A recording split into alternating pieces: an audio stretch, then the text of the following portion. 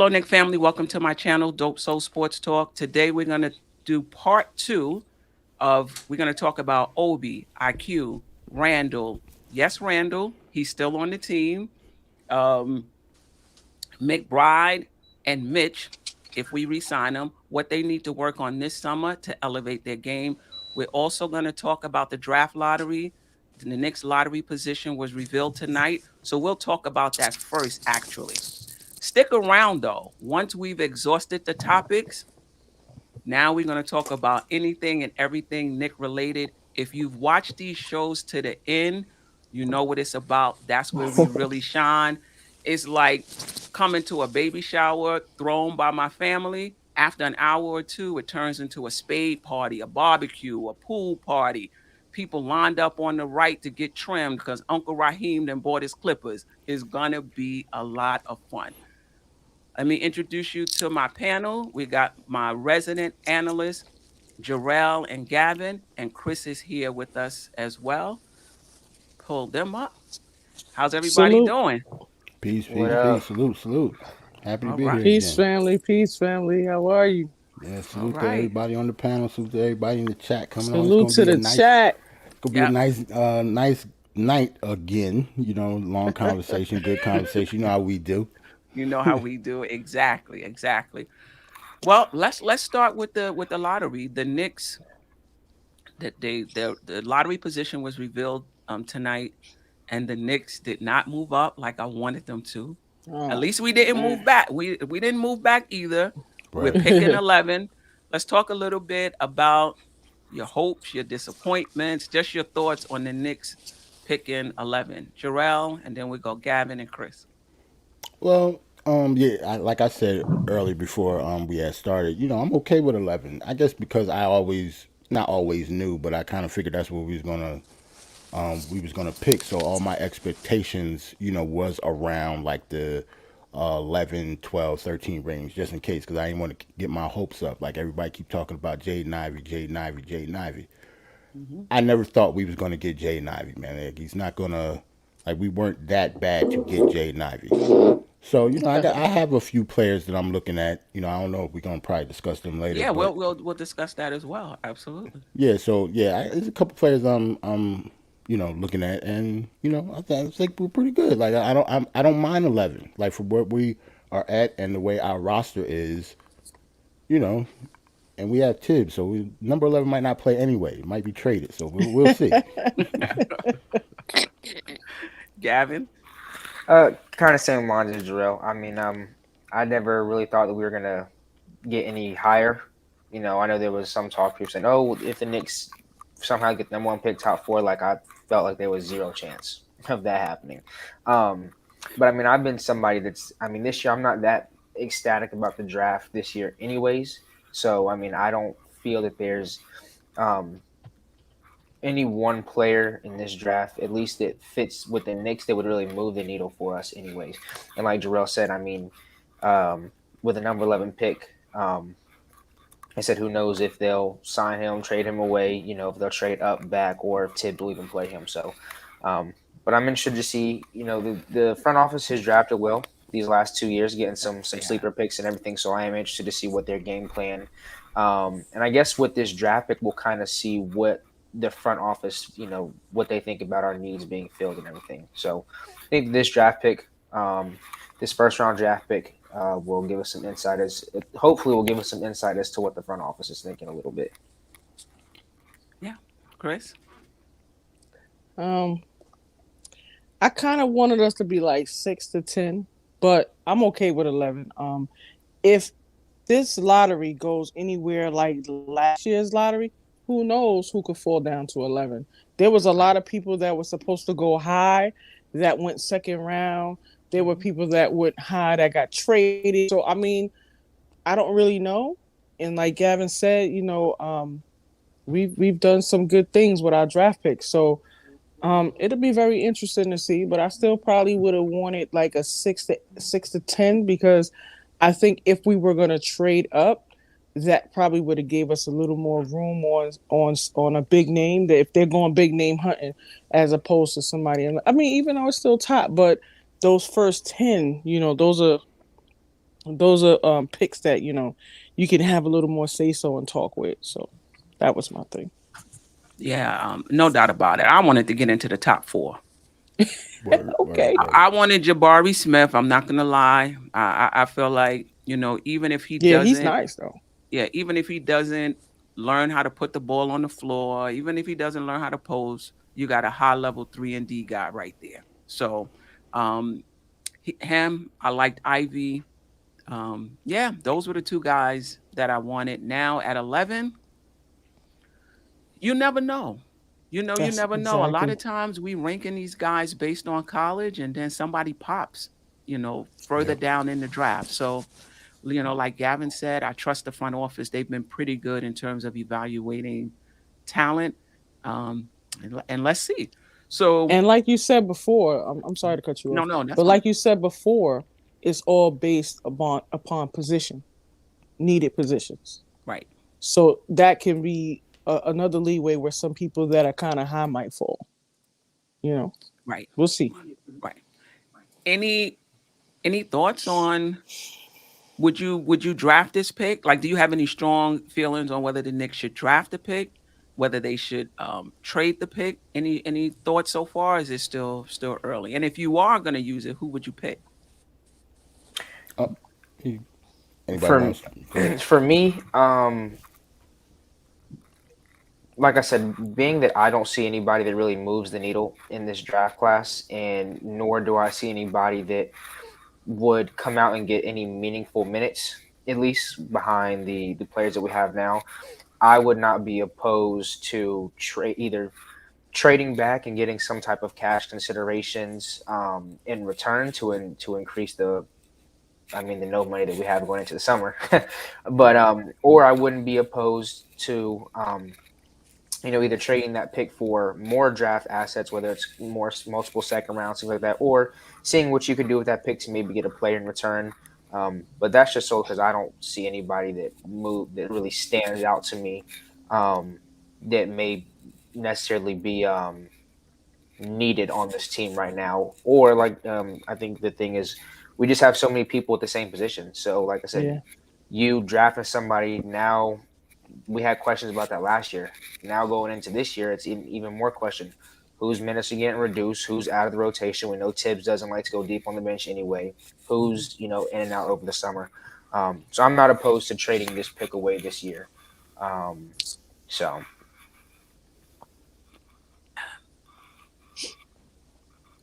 Okay. I mean, this is a I'm second round of okay. questions. I'm just gonna put it out there so Mhm. y'all can help me remember it, and then I'm Okay. gonna come. I'm gonna come to you, Chris. Are you gonna not draft somebody that you think might be good because they share the same position of somebody we already have um, on the team? So just think about that, marinate with that. We'll get back to it. Um, who was next, Chris? Jarrell, doesn't matter. Chris, you want to go? You go. Honestly speaking, I'm not keeping the 11 pick. If we're going for a legit player, point guard or big man, if Mhm. we decide not to keep, then I'm gonna package it because unless some people fall like they did last year, I might wait it out. But Mhm. if the top people that we want and that that will definitely do some damage for us is gone, then I think honestly I would start packaging up because like Gavin said, what's the odds of number 11 player? Honestly Right, speaking, and right. who and whatever the position is, because what if there's not a good point guard or not a good big man, whatever they're looking for at that 11 pick, so right now you're kind of on the phone calling to see what somebody needs or who they're looking at, that's further down. So I mean, I'm packaging. I don't think I'm gonna keep. Okay. All right. Jarrell? I think. Well, my picks are, I don't know, kind of loaded because I don't think Mitch is coming back. So just because of that, I would like to keep it and pick a center. It depending on what center falls down, of course. I like Mm-hmm. Jalen Doran from Memphis. I really like him.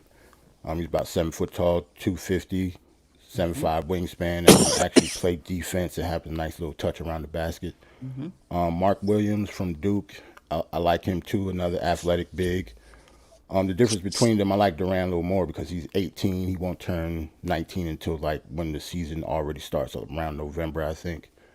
And those are the two centers that I would look for in that range.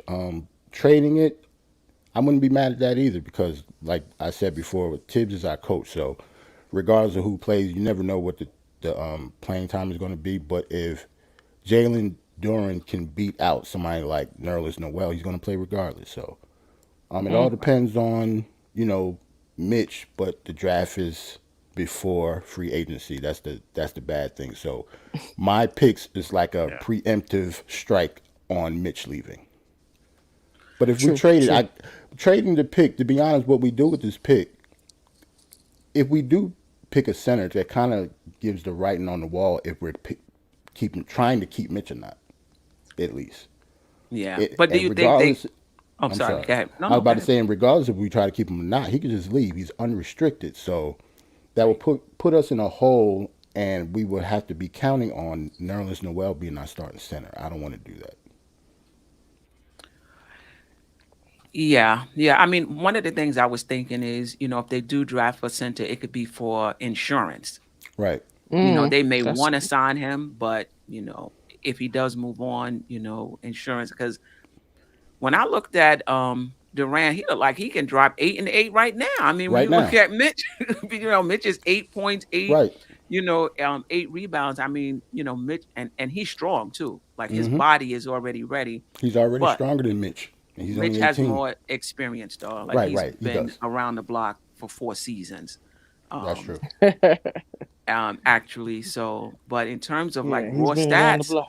I think he can give you 8 points, 8 rebounds tomorrow. Right. Just by Yeah. his skill set alone, he can already have the same statistical impact as Mitch. But when it comes to Mitch's defense, you will have to compare it to Duran's defense, and Mitch he definitely will be a better defender just because he's been in the league that long and he's older.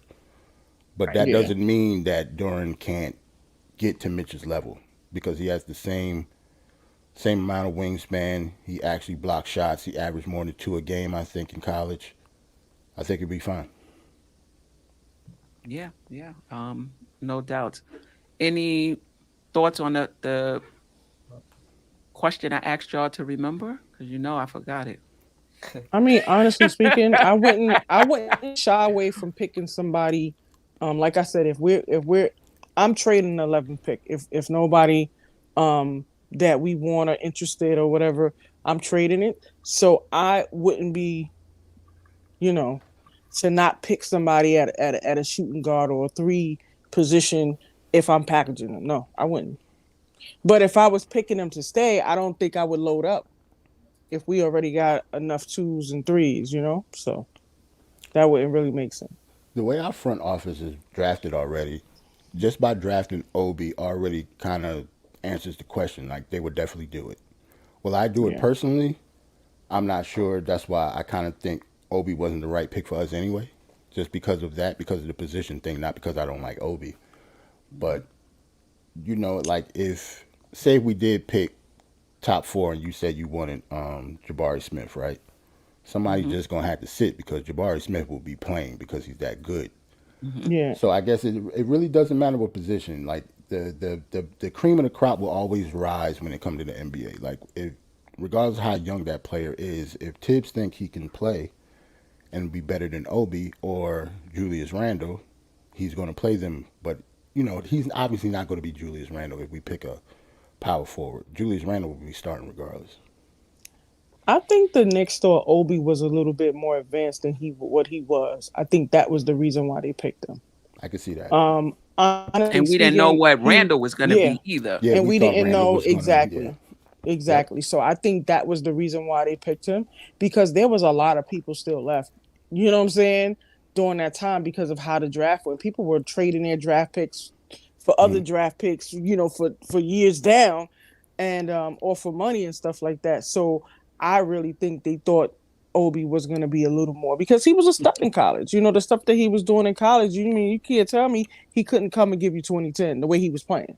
So I Right. think that's what they thought, coming in. But then you got to realize it's a whole different ballpark. You know what I'm saying? When you get up to that next level. So he actually was exposed. He was exposed. That's my boy though. But I'm gonna keep it. I'm gonna keep it 100.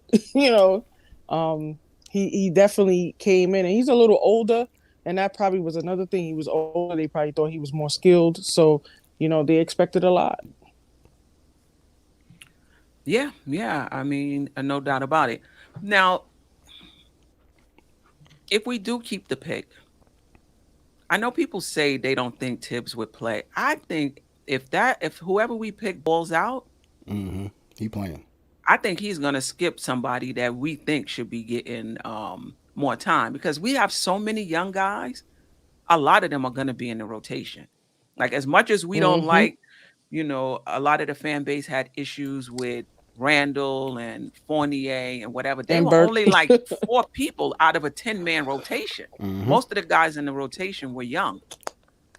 So if we do get a draft pick and they ball out, I think they'll replace somebody else. Gavin, So you wanted to now, say something? now I was gonna ask a question about that. And I'm now that I think about it, if I do draft somebody, I'm kind of with Dro. I'd rather go after a center. Because Mm, I feel like it's probable that Mitch is not gonna come back. Um, but if I'm getting a center, I need somebody who can give me some type of offensive production, um, and at least stretch the floor out to at least the mid range. Like I need at least a mid range shot somewhere, and somebody who can at least be a little reliable at the free throw line. I'm talking like you have to be able to knock down at least 60%, and even that's low for the NBA. I need somewhere that you're in the mm. 60 to 70% range, from the free throw line is the biggest thing for me from the center.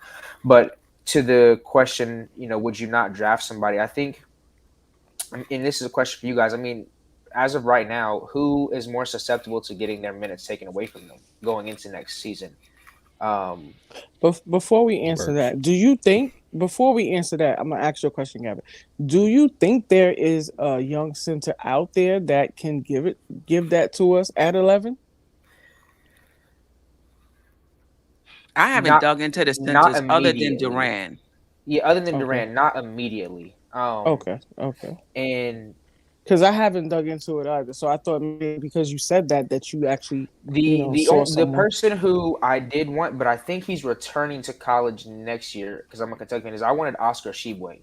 I mean, he's Okay, only like 6'8", 6'9", but dude's like 235, and he's like Draymond. He plays very big. And he won the like Wooden Award or something this year, and he would basically mm, average, um, I think like 10, 12 rebounds a game on okay, the okay, offensive and defensive side. He's a great shot blocker, but that dude has from like a 6 to 9 foot mid range. He can catch it. He can catch, turn around, and put it up. Like I said, height okay, wise, he's smaller on the height wise, but his athleticism and he plays very big. And I think he's a very experienced college player too. I think he this will be his fourth or fifth year now, um, in college. So that's who I was interested in, if we do grab somebody.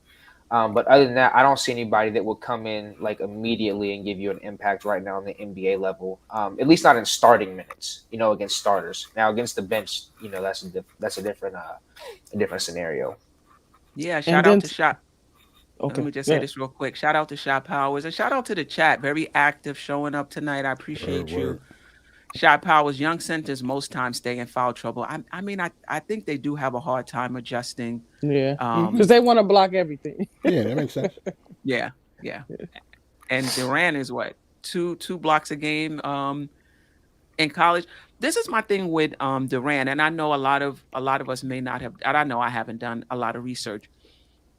And me and Jarrell was talking about this before we got on. Offensively, he's giving me shades of Mitch and Sims offensively. Hmm. Um, Mm, because his defense is well ahead. His body type, of course, is well ahead, but he didn't take not one 3-pointer.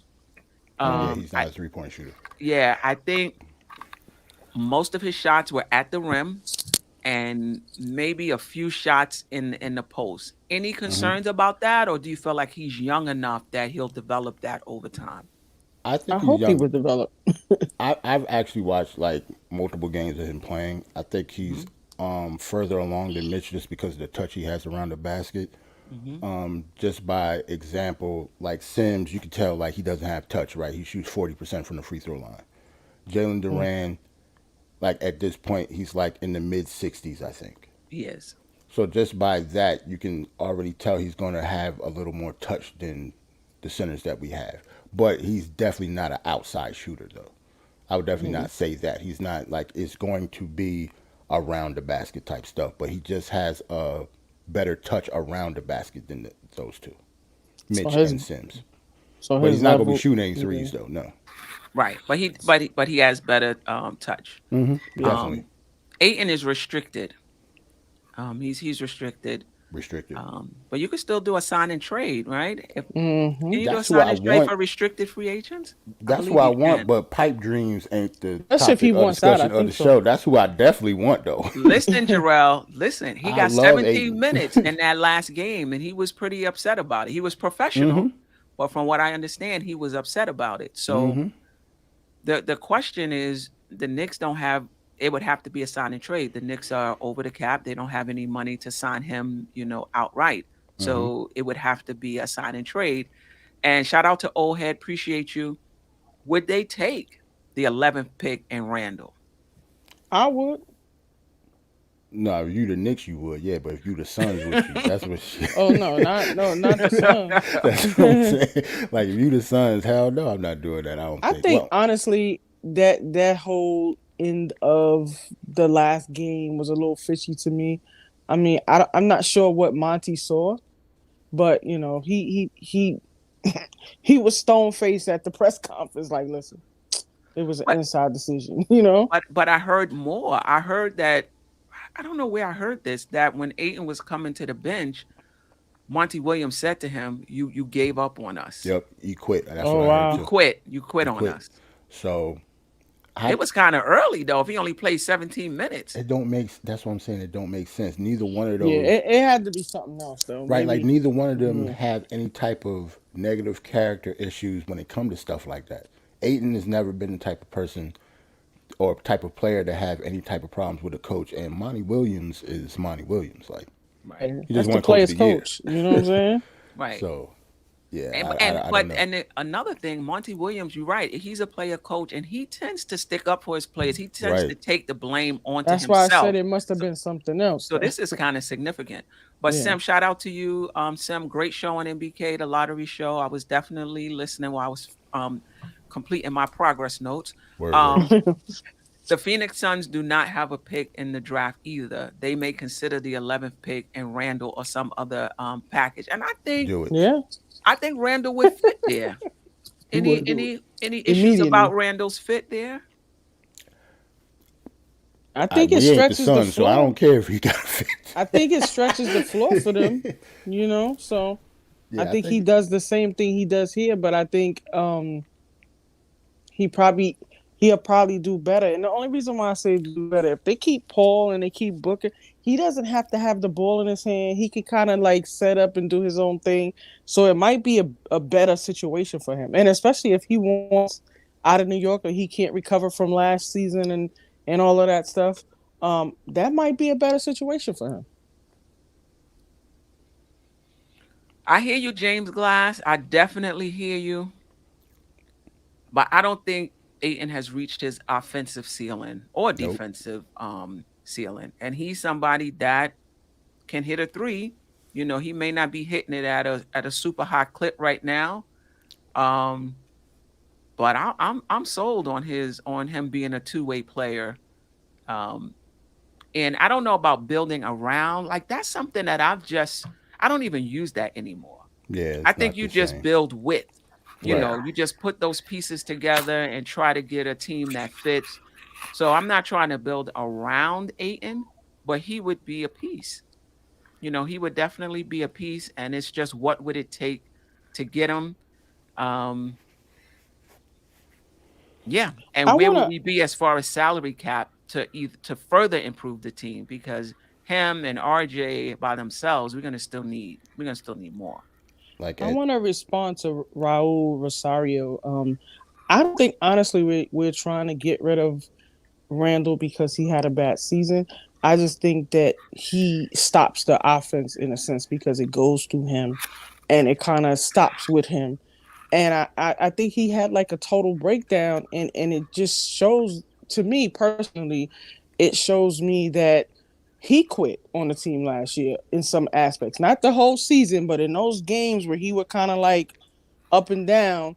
You didn't know which Randle you was gonna get. You didn't know No what was doubt. going on. He was arguing with his teammates. He was arguing with the coaches.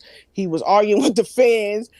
So I just feel like, honestly speaking, he never recovered from that to the point where I felt, he was back in the mix of things. I feel like he still had something going on. But who knows what he does over the summer, what he's saying to the front office over the summer. Maybe he might tell them, like, listen, package me with the number 11 and see what we get. Roll the Oh, he ain't dice. saying I that. don't know. He ain't saying I don't. that. I don't know. I'm not saying He he not don't going know to the that, front but office asking you to I'm not package saying you.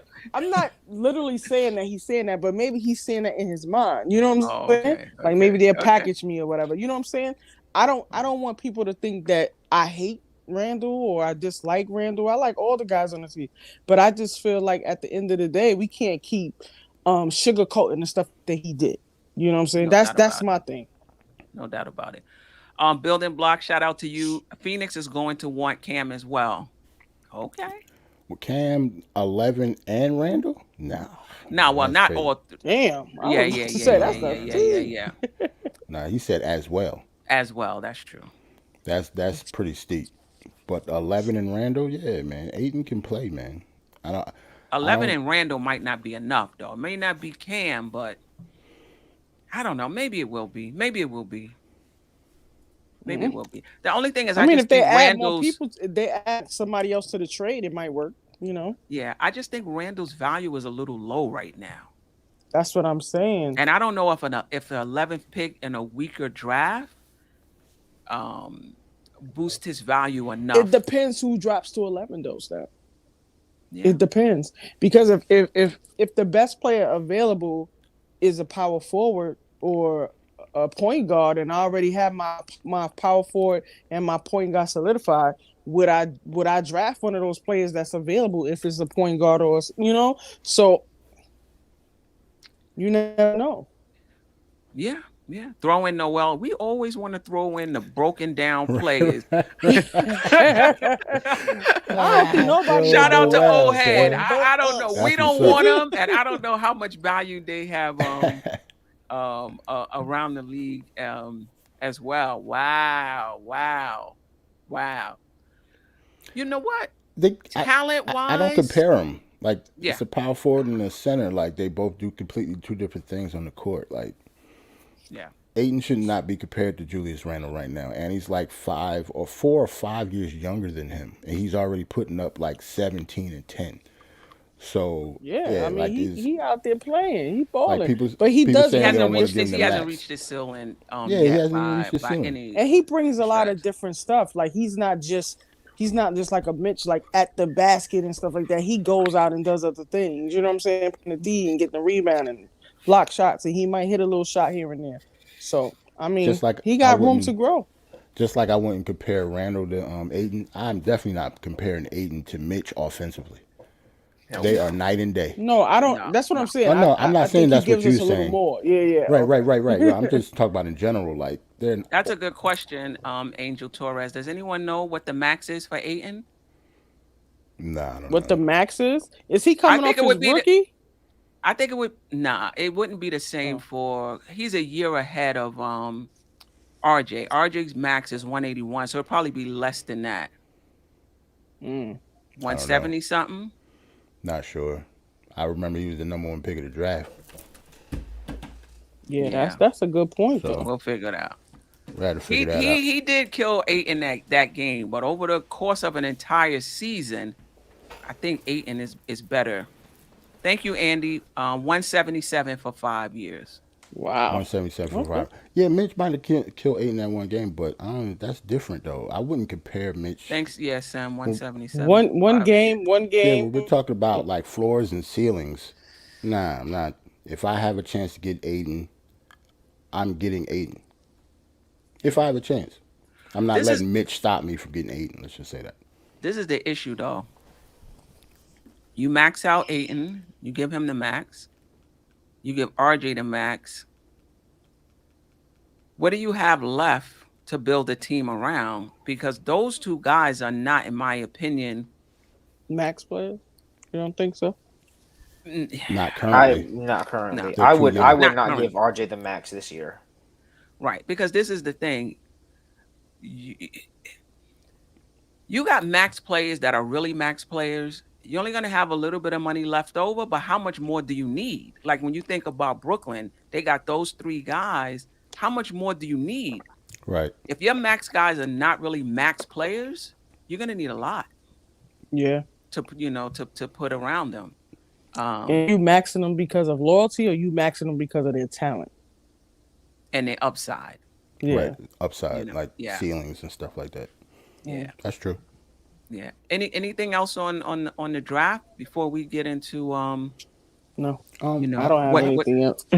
I've heard a lot of people since, like, say if you don't want a center and say we keep Mitch, like a lot of what are the wings? Anybody like any of the wings coming out, or should we even get a wing? Because I've heard a lot of people want wings.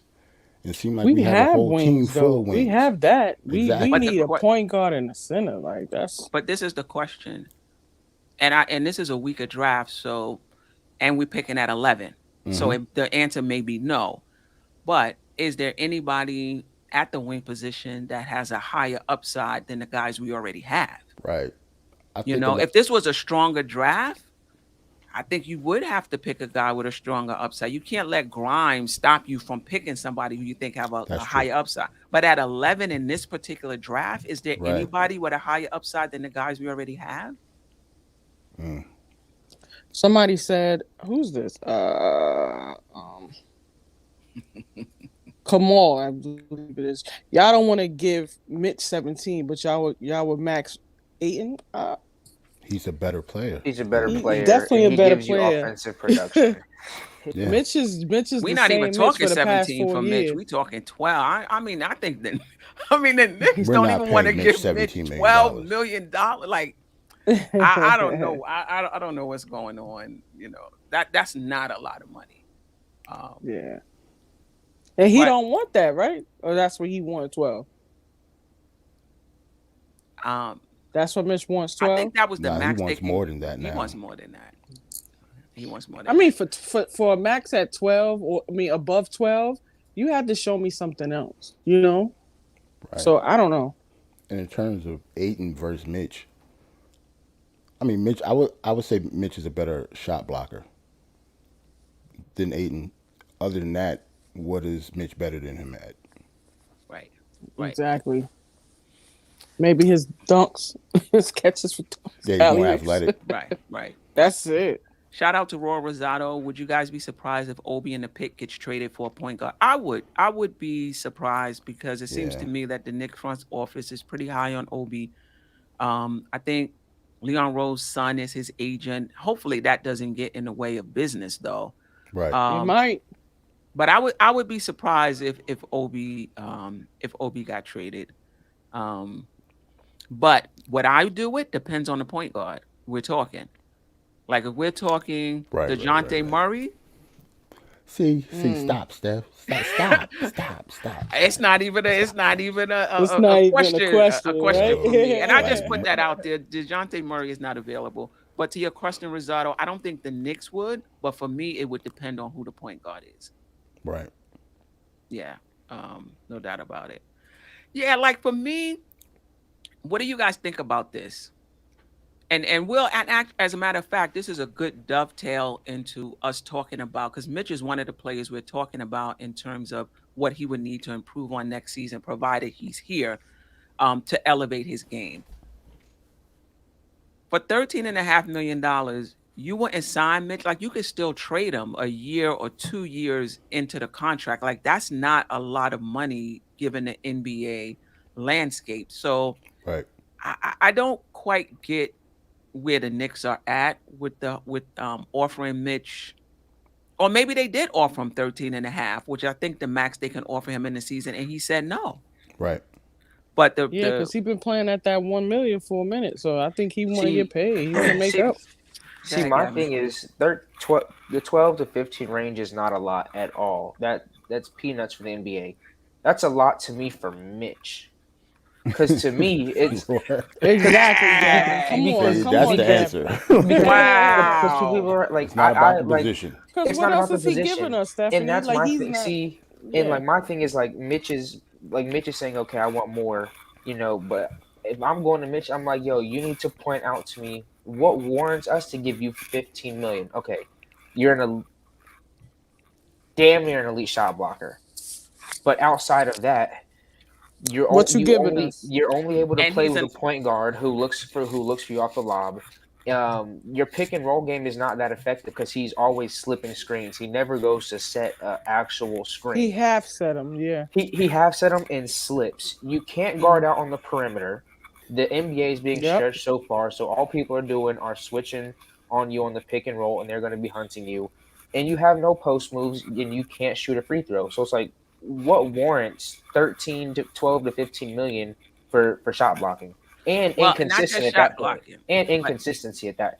right. Yeah, But he is an elite offensive rebounder and Yeah, he get finishing the around the rim. rebound. Elite. but don't There go was back up Africa. with them. Excuse me. He But don't go doesn't go back back up up with when them. he said. If it's not No, a no, no, no, putback no, dunk, no, no, no. He does go back up with them. He finishes strong around the If he's basket. Now listen. directly under if it, When he's he yes. not directly No, falling. under no, the no, rim, no doubt about it. No doubt about it. No, Right, yeah, right, right. yeah. I'm talking about dunk putbacks. Right, right, Yes. right. Yeah, absolutely. I still think I don't think that's a lot of money, the 12 million. I just like don't think that's it's a lot of not. money. It's just a I lot mean, but for even Mitch. for Mitch is Mitch, Tyson Chandler. I don't think it's a lot even for Mitch. 12 million?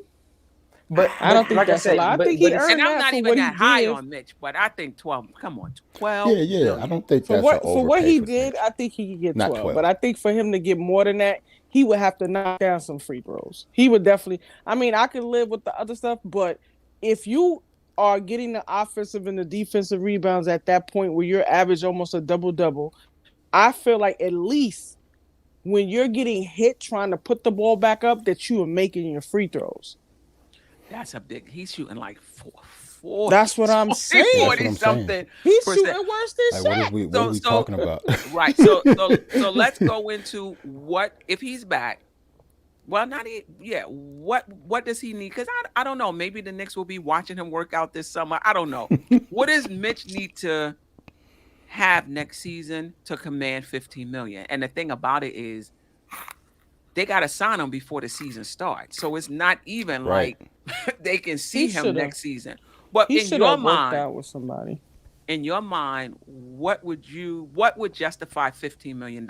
What would you want to see that would say, yeah, I would give him 15 All million? the If It's all not the a lot. for me, all the stuff that he keeps showing in the training videos. yeah, You give 'Cause me he that, look yeah, you good. get 15. But yeah, like in real life, you're not crossing over anybody. He's not shooting threes. at all. He doesn't have any type of post moves near Or the basket. handles He at doesn't all. have any touch around the basket, and he can't shoot free throws. So as much And as he I can't like stay on his Mitch feet. personally, like he can be replaced with somebody else. That's all. That's a good point, the coolest 718. You gave Noel and Burks 10 million. And 10 million, trust, it's not a lot of money. Right, right, right. They're He's bench not. players on any other team, but you want to lowball Mitch. Like I think Mitch is worth more than $10 million.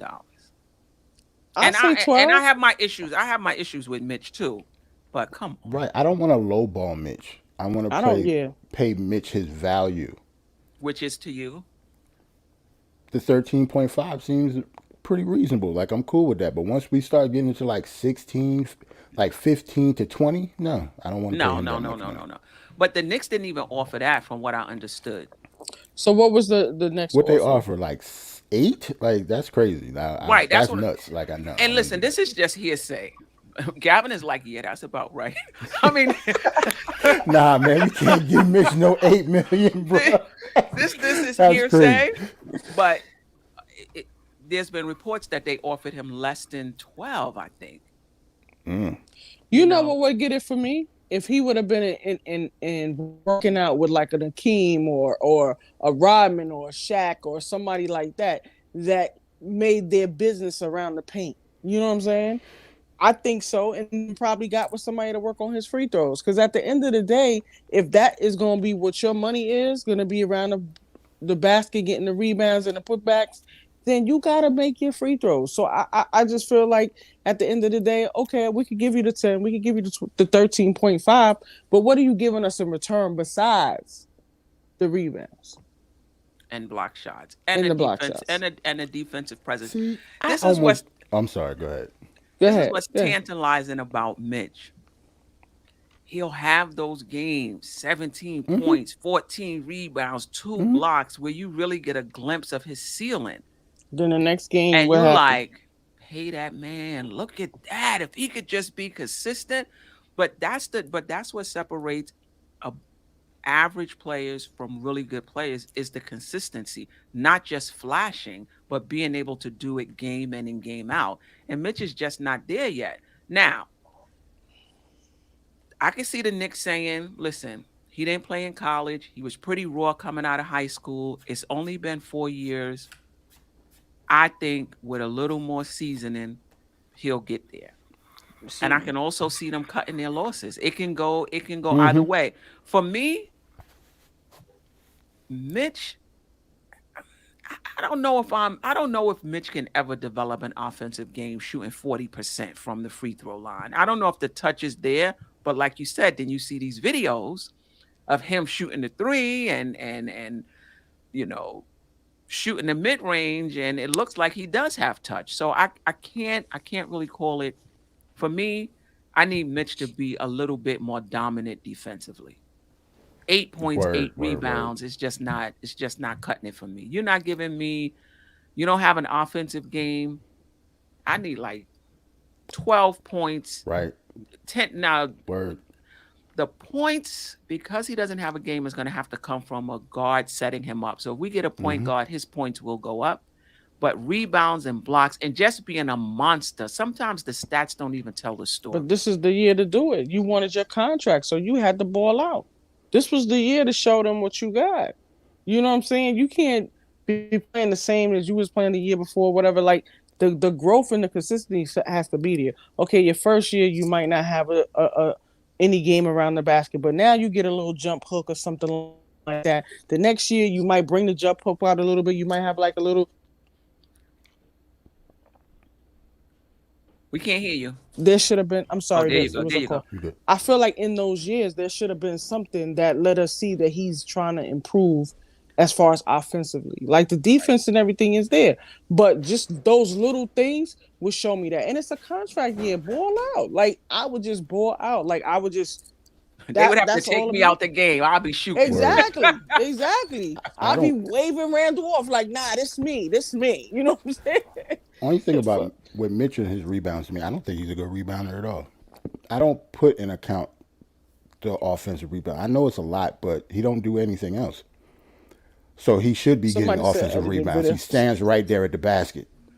Yeah. So when it When he comes ain't to falling. defensive rebounds, he averages like 2 a game. You cannot average 2 defensive rebounds a game and I'm calling you a good rebounder. I But the refuse to Knicks do a it. good defensive rebounding team because The Knicks I are a don't good. I really. think they win the top 5 Right. He just don't in get them. rebounding. see, in Right. the So thing what is is, he? Is it positioning then? It's Let me shout out positioning to for me. Andy in Poland. It's probably like 4 o'clock. I don't know, 4 o'clock in Word. the morning or something. Steph, half the population of New York City can record a video making 2 threes. That's what I'm saying. Facts. I'm Like, about to record one hold tonight. on, it's edited video too. It ain't like a long stretch of him working out. It's just a 5-second clip of him shooting a 3-pointer. And Margaret, we're not devaluing. and We're just saying that he has to show us a little more than what he's showing. It's and that's not. what I I was don't really gonna see it say as devaluing, yo. And for because I love Mitch. I just feel like like I said last time, he needs some weighted sneakers so he can stay up and not fall on the ground. And he needs he needs to make his free throws. and it's not personal with me and Mitch. Like if he's Yeah, going not at to all. make a range of 13 to $15 million, say 12 to 15. He should at least be hitting Anybody 70% free throws. 70 anybody at making that least. amount of money can be replaced on your basketball team if they're only making $14 million.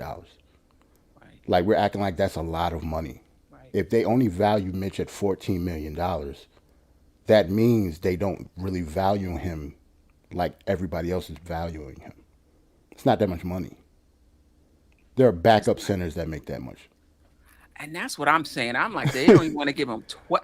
I'm Yeah, that's like, what they I'm don't even want saying. to Like give him everybody 12 keep acting million. like he can't be replaced. Like he's See, not making that much money for a reason. like my thing with Mitch is, so like Steph, like you said, he was very raw coming out of high school. Basically, one whole year he was hurt. So now you got 3 other seasons. Here's my thing: in 3 NBA seasons, you don't have a drop step. You don't have a Exactly. baby. Come You on, don't have a Gavin. baby jump hook. Talk to the Right. people. You are shoot there. There's literally games where you're shooting 1 of 8, 1 of 9 at the line. So here's my thing: what are Yeah. you doing in practice or the off season? Right. He doing them damn videos. And so He's for shaking me, his shoulders at the elbow. so for You me, know what I'm saying? the 3 biggest things I need from Mitch, at least a drop step. Can I just get a Exactly. power dribble with a drop step? I don't need a dream shake. I don't need a turnaround. I don't He even need could a up and he I don't could even need an do up a and jump under. hook. Like I That's said, easy. some type of footwork. I want to talk about Some that. type of footwork. Free throws, and then I need to see What? Yeah. some type of lateral quickness and the ability to guard out on the perimeter. Yeah, he Like I gets said, lost in the sauce. the way that the NBA is going and everybody is stretching. If when teams go into pick and roll sets, we're basically always playing 5-on-4 because he can never go on top of the screens or even switch. He's always just dropping. He's always sagging off. And experienced NBA players say, "Cool, well, if Mitch is going to sag off, I'm going to go ahead and pull up." You know, so like I said, there's no reason, and that's why I say the warranted 13.5 million is. There's no reason in 4 NBA seasons you don't have any type of offensive game, and you have made no improvement from the free throws. And like I said, that's like, what are you doing with your time? Yeah, I mean, I can't argue with you there. I mean, that's one of the things I've said that I haven't seen a lot of improvement season after season after season. It's been like minimal improvement for Mitch. Um, so yeah, I mean, yeah, I get it. I And get it. then somebody said, is that Mitch or is that the game plan? Here's my other thing. Even if, or just the ability, bro, if you get a rebound 3 feet or 4 feet away from the basket, bro, you're Right. 7 feet. That's not Turn and game face and plan, look yo. to turn and face and like He don't look to shoot. I find it hard to believe that Tibbs is gonna be like, hey Mitch, as soon as you get the rebound, kick it out. Like there's easy points when you're 7 feet, 3 feet around the rim, and if not, you're gonna get fouled. So like I said, I don't think that that's a game plan. I think that Mitch literally just does not look to score the ball He's off of scared a to go to the rebound. free throw line. Yeah, Probably. that's That not I mean, scheme or the way Tibbs coaches. That's just Mitch He just not don't got wanting it. to, He wanting to just don't got score. it. yeah. Mitch And that's not, why I say Tibbs not gonna tell nobody to stop scoring. Even Noel took a few threes Right. the I was two gonna say games that Taj he hitting even played. threes. You Noel. think Mitch can't put the ball in the And as I basket if he said, wanted Noel to? will. There's a few games. Even Noel will at least to look where if he catches the ball 2 feet away, he's at least putting up a baby floater, a baby jump up. There, he Yeah. took a couple of mid ranges this year, Oh yeah, and that's yeah, like you're trying to tell me, Mitch, like you can't do none of that, like, right. and that's why I say people when I'm not devaluing Mitch, I'm giving you what I've seen in 4 years.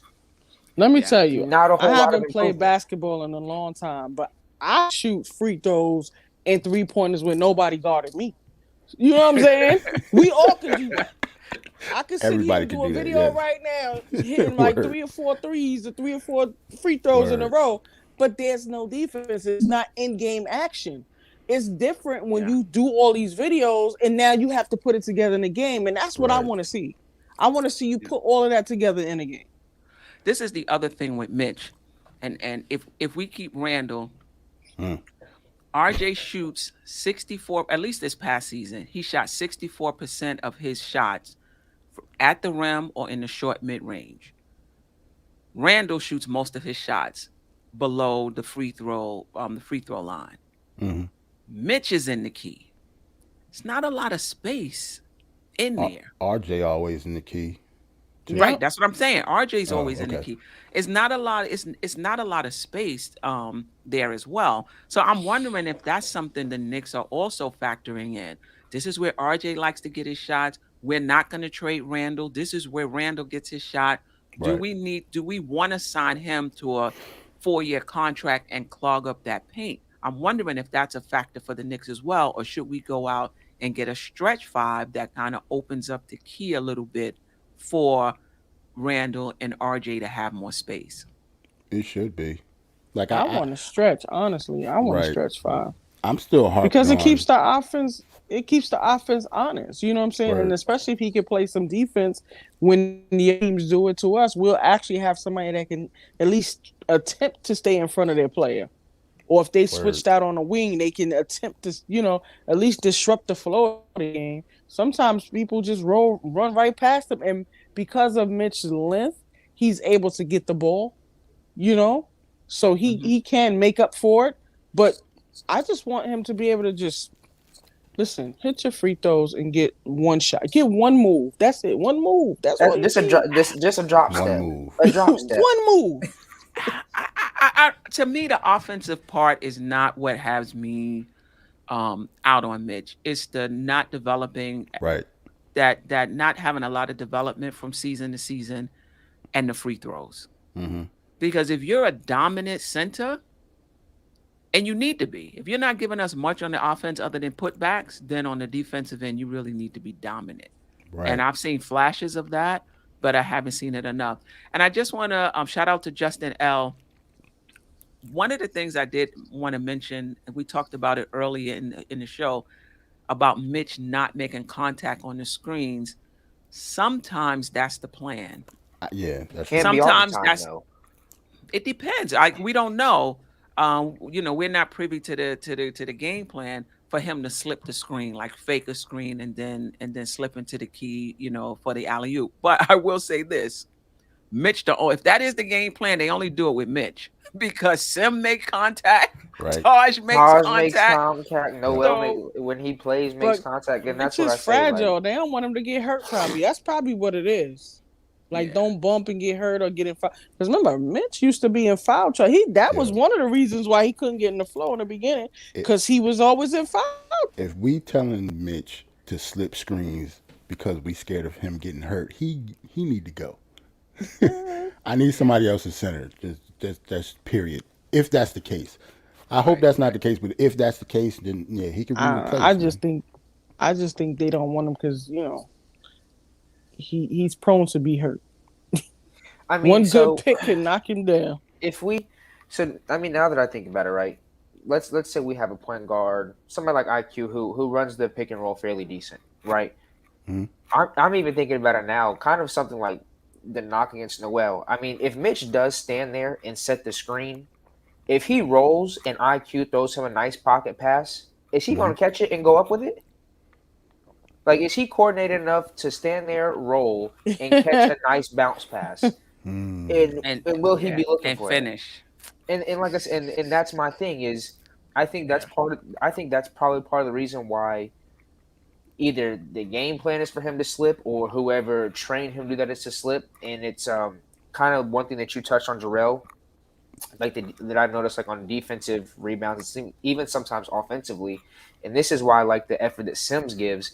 Is Mitch, for the most part, on a loose ball rebound, goes up one time, and then that's about it. And I think it's because he's so worried about having to get back on the offensive and defensive side all the time that he can't give you multiple efforts. And that's what I said. Right. If he is going to stand there and roll on the screen, I don't even have the confidence that Mitch would even be looking for the pocket pass, let alone if it is a nice pocket pass, that he has the wherewithal and the coordination to sit there, catch it, either go up right with it or sit there and give me some type of post move. I was making about getting hurt. You know what I'm saying? With that slip and that roll, sometimes he bump into somebody catch him at the basket, he fall down, and he don't know how to brace himself when he fall. He put his hands down, whatever. So I don't know. So if that slip is for alley-oops, they're not doing it all the time. Like I always say this, Mitch and Randle did their best when they had Peyton. As much as people don't want to admit it and don't like Peyton really set them up last year for a lot of stuff. And I know a lot of people didn't like Peyton and stuff like that, but the two of them, had the most value from him when he was on the floor, as far as getting in their position and getting their spots. Right. And we Shout can out to argue. right. Shout out to Sam.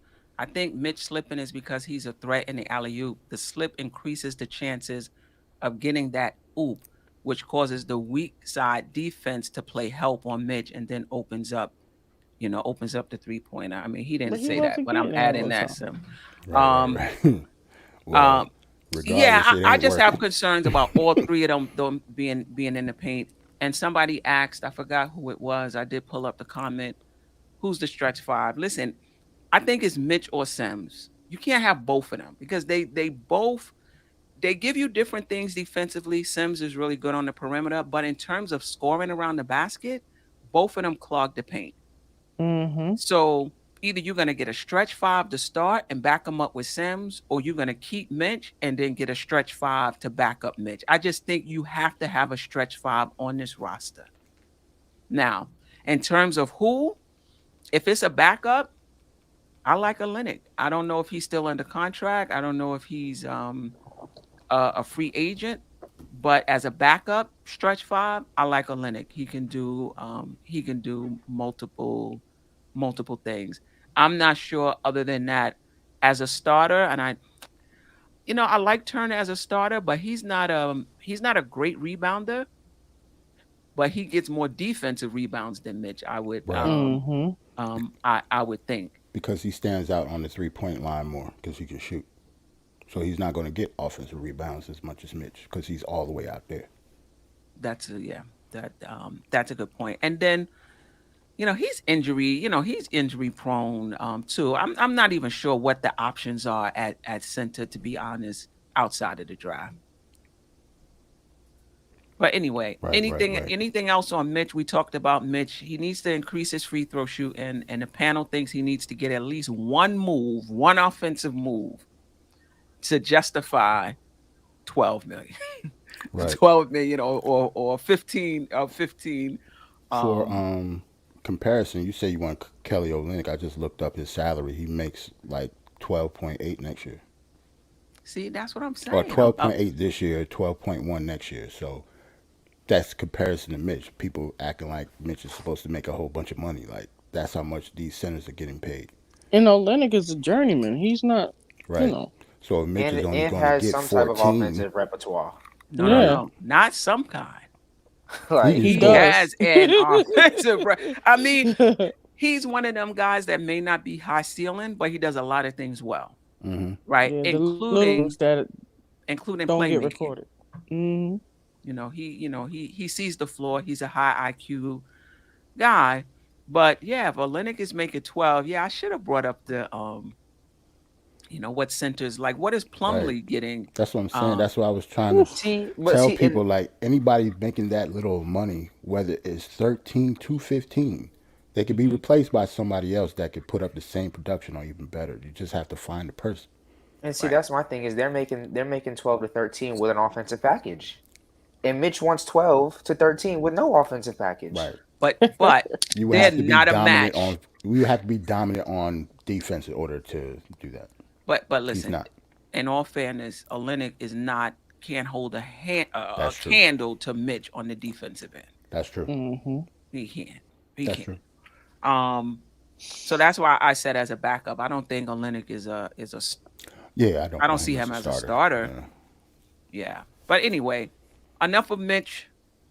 Let's move on to so we're talking about what these players need to work on this season to take their game to this summer, excuse me, to take their game to another level. We got Obi, did we do Obi last week? I think we did do Obi last week. It was on like foot. Like people say foot. I think we did. Did Hold we on, do Obi? Oh my. because we talked I about don't so much think I don't stuff. have I don't Yeah, we have a talked about my boy last We week. talked about. I think we did we talk about sure? Obi. We didn't talk about Randall. I think we I talked We don't about didn't I talk Obi don't though. about him. we didn't talk about I don't think we talked about I think we might have talked about him in the after because we talked about Cam, we talked No, about we did talk Grimes, we about. We talked did talk about Obi because I remember. Like everybody was saying, like strength, footwork, like the stuff that he okay. needed. Yeah, I think Okay. we talked about Obi. And right. you was Well, like, Obi, be careful talking about Obi because everybody Right. He talked about Obi him. now. yeah. Oh, I appreciate y'all. Listen, I'm in the fourth quarter of life, so I appreciate. No, no, I'm not Man. gonna say that. I'm not gonna say I'm about that. to say, don't say Halftime, that, man. Say end of halftime, the third or halftime. something. Know what I'm saying? No, this is halftime. Okay, cool. All right. All right. So let's get to IQ. What is it that IQ needs to work on this summer? And let's put it this way: to be the starting Knicks, to be the starting point guard for the Knicks. To me personally, just keep doing Ball what you're doing. management. Like I think it's just natural progression. I think he should be the starting point guard for this team unless we go outside of the building, like Jalen Brunson, like a trade or something like that. But I don't want another young point guard to like this have our starter so he can be on the bench still. Like people just talk about Jones from Memphis. Yes. I don't want Jones from Memphis if I got IQ. I need Okay. somebody better than that because I might as well just go with IQ to me. I think he should have got more time than Burks at the point guard position. This past season, at least after the All Star break, that didn't happen. But hopefully he can show Tibbs that he deserved the minutes. In that case, we need to trade for somebody that's better, not somebody that's same level as At the him. So, same, yeah. At the so same as long level. as he Fair point. keep doing what you're doing, it's all about playmaking. Obviously, he's a shooter. Keep working on your defense, but playmaking is obviously the key for him going forward. Okay, Gavin. Really, only two things for IQ. I think the first and probably the most important to me is dang, why did I just lose it? um, Uh-oh. is You in the first I'm quarter. about What's to going say, on? man, you at the end of the first, bro. um is decision making. Like Decision making. that's the biggest thing to me. Like all that coming down 3-on-1 fast breaks, pulling up. Like At unless the you're Steph, 3-point line. and even Steph to me, that's not good basketball. He just hits it. But there in no world of game basketball is coming down on 3-on-1 and chucking up a three good basketball to me. Um, Right. but decision making, like I said, knowing, and I think he got better on the latter half of the season, is to knowing when to shoot the ball, knowing when to facilitate. I know one thing that I don't want him to lose is his pace, and that's the one thing I love. Right. No matter if it's a fast break or just inbounding the ball, he's always looking to push the ball up the floor and not Hmm. giving the other defense a chance to get set. Um, but I would say the decision making is the first thing, and then just realizing, like, I know he's a big momentum player, but you don't always have to search for that momentum. There was a lot of times last year where you can see, and this is something that I appreciate, is that he wants to take those shots and hit big shots and get the Mm-hmm. momentum of the guard and Yep. everything in it. But there was some games last year where we'd be cutting into leads, and we'd get 4 or 5, um, you know, uh, buckets in a row, and we get 2 or 3 defensive stops, and then he comes down and jacks up a three, and then they come down and they get the rebound. Now they go on, It changed the momentum, yep. and it Yeah, changes right. the momentum and it stops it. So decision making. And the next thing is, I'd like him to when he does a good job getting into the lane. To me, and I don't know why, it almost looks like he shies away from contact when going to the rim. Like there's a lot of times where he'll penetrate, he'll literally get all the way into the lane. He could go right up for a layup and he dribbles it all the way back out and then holds the ball and then either jacks up a bad shot in the last second or tries to kick it out. Like with you being, I think, did he ended up leading the league this year in free throw percentage? Did he finish off? If not, he was second.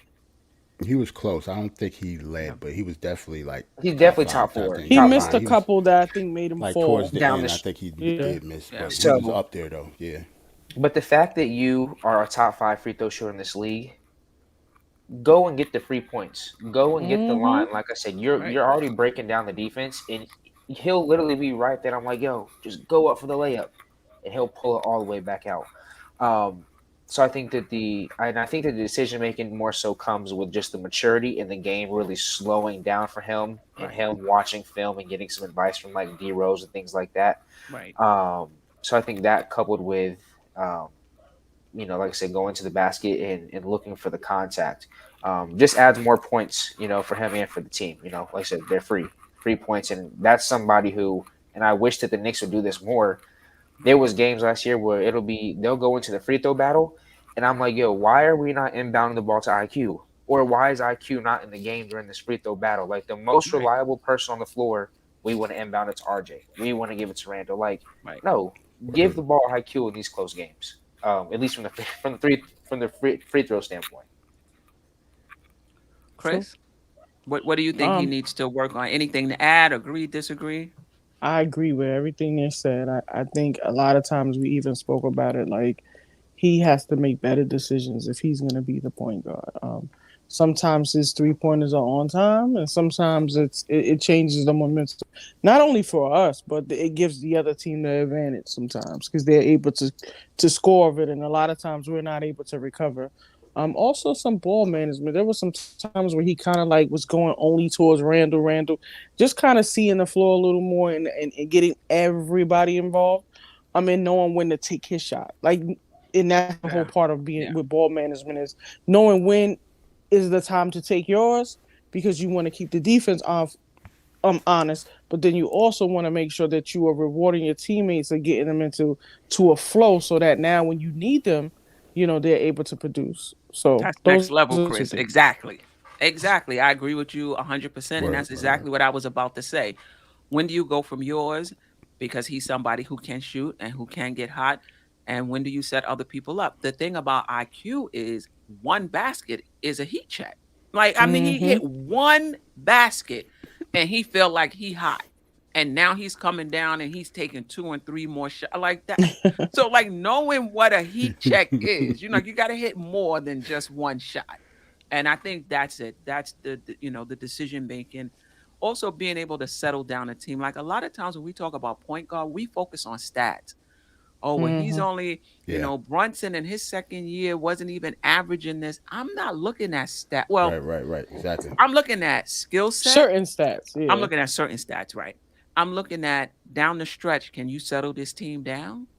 And those crunch moments of the game, are you heady enough to know what we need, when we need it, who we should go to, who we shouldn't go to? And I get it. Those things come in time. Mm-hmm. That's where I'm thinking he may not be ready. Just in terms of down the stretch, like those sorts of situations. That's the hardest thing for me for a point guard who can score. When do I score? When do I set people up? Like that's the hardest thing to learn. But listen, if the Knicks decide to go with IQ next season, I'm all for it. But if they That's what I was decide about to say. right, but if they decide that nah, I think he needs another year or so coming off the bench to learn the finer parts of running the team, I'm okay with that as well. And I agree with S- Jarrell. Don't bring in somebody not as good as him. Um, then let him rock. Right? If you're gonna bring in somebody that's not as good as him, let him rock. But and then I'll pass the mic. You gotta have a third point guard that can play. Yeah. Like as much as we had problems with Elf, I wouldn't have mind if he was the third point guard this season behind Mm-hmm. Kimba and Rose and IQ and It what would be have you. Rose then. Yeah. So if you're gonna start IQ, you got to have two veterans because if Rose is one of them, Mm-hmm. you never Hmm. know when he's gonna go down. Exactly. That's what I'm saying. You That's got to why I have said third instead of second. another one because this is what I don't want. He's not ready. We're losing games because of it, right? Um, Other players on the team are not getting involved. It's just not working, but we don't have nobody else. Like that, I So don't want to be in a situation like that. So you're saying that if they decide to let him work out the kinks and start him next year and just kind of play into the position, you okay with that or you not okay? And I'm asking everybody. Yeah, no, no, no, no, no. I don't believe in playing into the position. Okay. The coaching staff has to believe that they've seen Hmm. enough to believe that he can start in this league. Not that he's going to be perfect, but Hmm. they've seen enough that, listen, he can start in this league. He's not going to hurt us. Right. Mm. Right. And as the season goes on, he's going to get better and better and better. I don't believe in, well, let's just put him in there. I don't And let I him don't figure think it he's out. ready, but let's put him in there and let him figure it out. No, no. But if they think he's ready, yeah, put him in there. He'll get better as the season goes on. If the Now, Okay. if What the what do the other two think? What do you guys think? I was about to say if the roster stays the way it is, Rose and Burks are the 2 point guards that we're talking about. Then 'Cause I think we keep forgetting Burks because You we don't don't think want him at the IQ can point. beat out Burks? No, I think he No, can. we're We talking can. I'm about if he saying like the starts. Then second he and needs the two. Oh, Yeah. second and third. Okay, I second and got Yeah. you. third, like Yeah, yeah, coming off yeah, the yeah, bench yeah, or yeah, whatever. yeah, yeah, yeah. That's what I mean. I think we don't want to think about Alec Burks as the point guard because he's not a real point guard. But Tibbs will play him at the second point guard or the third if he don't want to add anybody, and that would just leave Deuce out, which I'm fine for another year. But it would be Burks and Rose or Rose and Burks. It would have to Okay, be. Gavin. So actually have a question about it. So the way that this roster is constructed, and us seeing the two different units that we had this year in the two different styles of play, which unit do you think that IQ fits better in?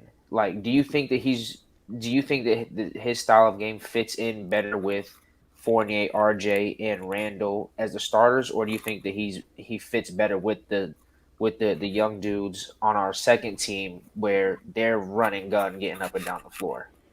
I mean, statistically, we had one of the worst starting fives in the league, and IQ just adding on to that and just replacing him with Burks, then no. Yeah, he will probably be better with Obi and somebody that could run. If they're going to play the exact same way, then yeah, it'll be kind of weird. It doesn't match to me. He did close with that team though.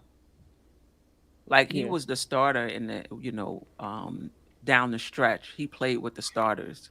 Yeah, and Burks was like a lot of times Evan Fournier usually didn't play. Like Right. so, It it was was him Burks and and quickly. Burke. But now Rose wasn't healthy then, so that's going to All be a right. big factor. So I So we'll want to see. respond to D Public Enemy. All right.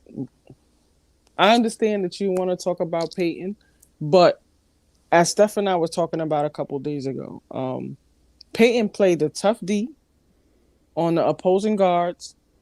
He went to the basket. He made his free throws. He might not have been able to shoot, but there were some positives that he did bring to the team, and he did slow the team down, and he was able to run the offense. Now, of course, everybody wanted him to shoot. He couldn't do this. He couldn't do that. I would definitely take him over Frank any day.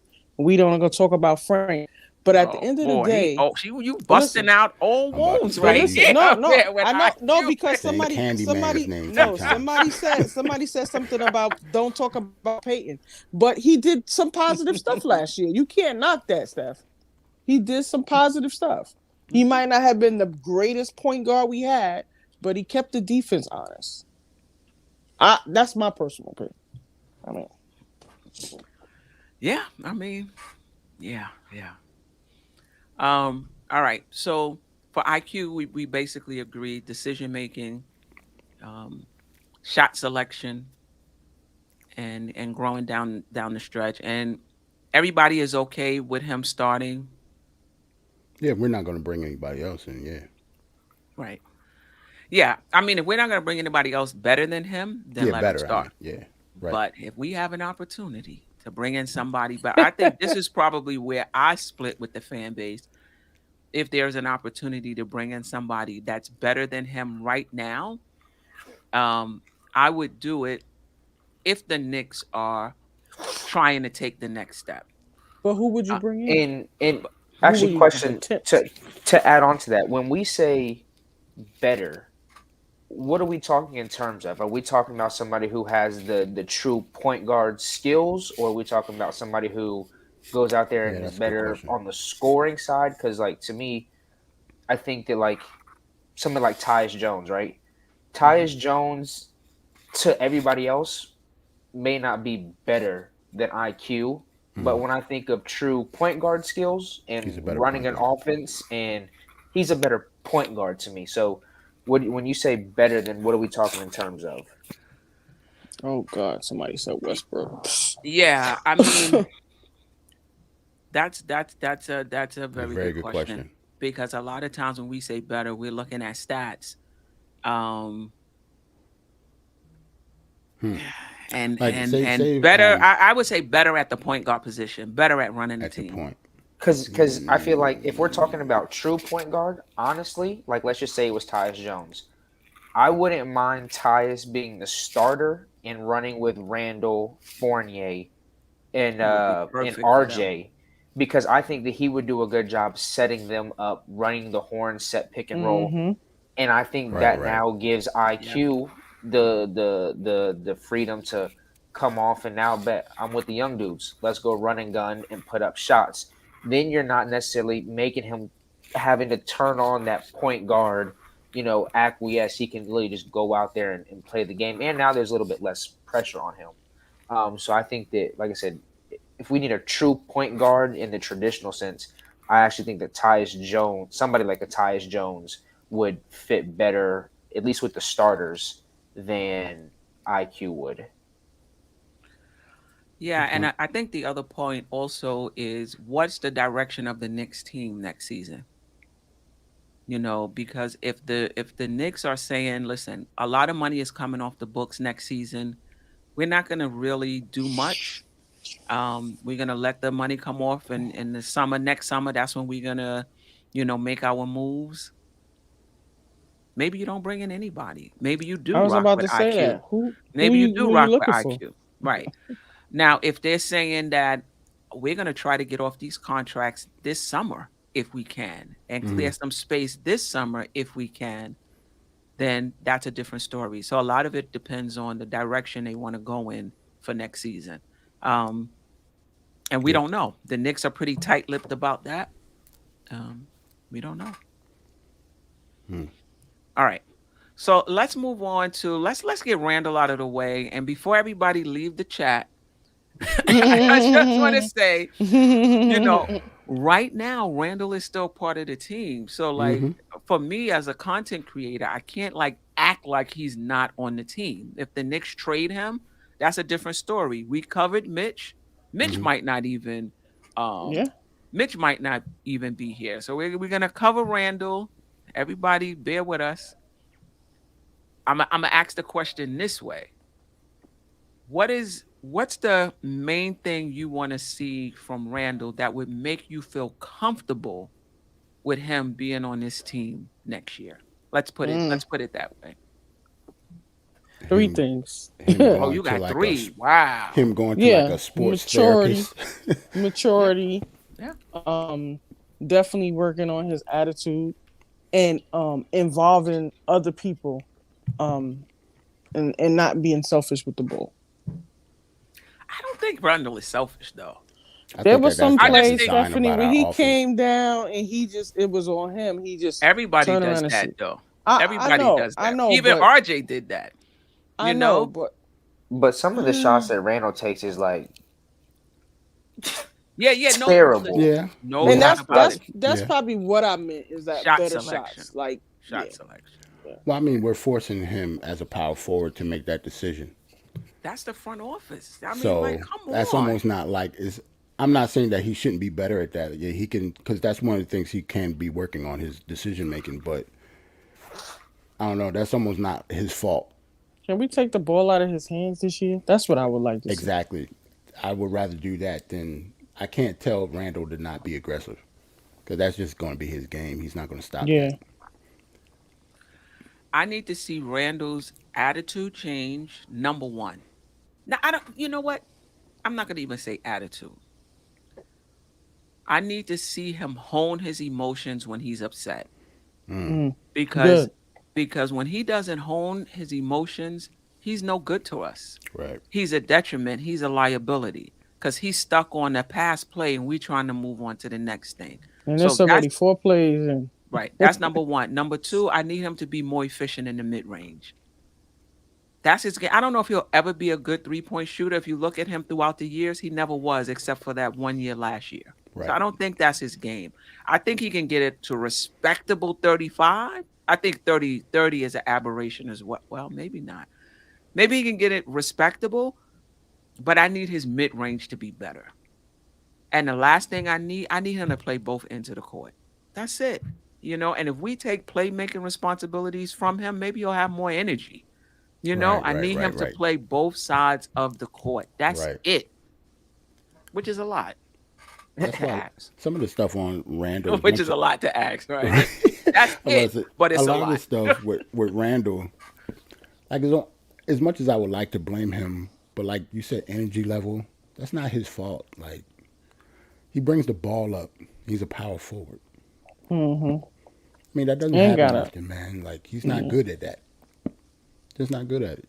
And I And there don't think haven't he been a ever. lot of them that I way. don't think he will ever be good at that. He will always have a lot of turnovers if he's just going to be, you know, he's the primary ball handler every Right. possession. Like he's not that type of player. He never will be. Like I don't think that's something.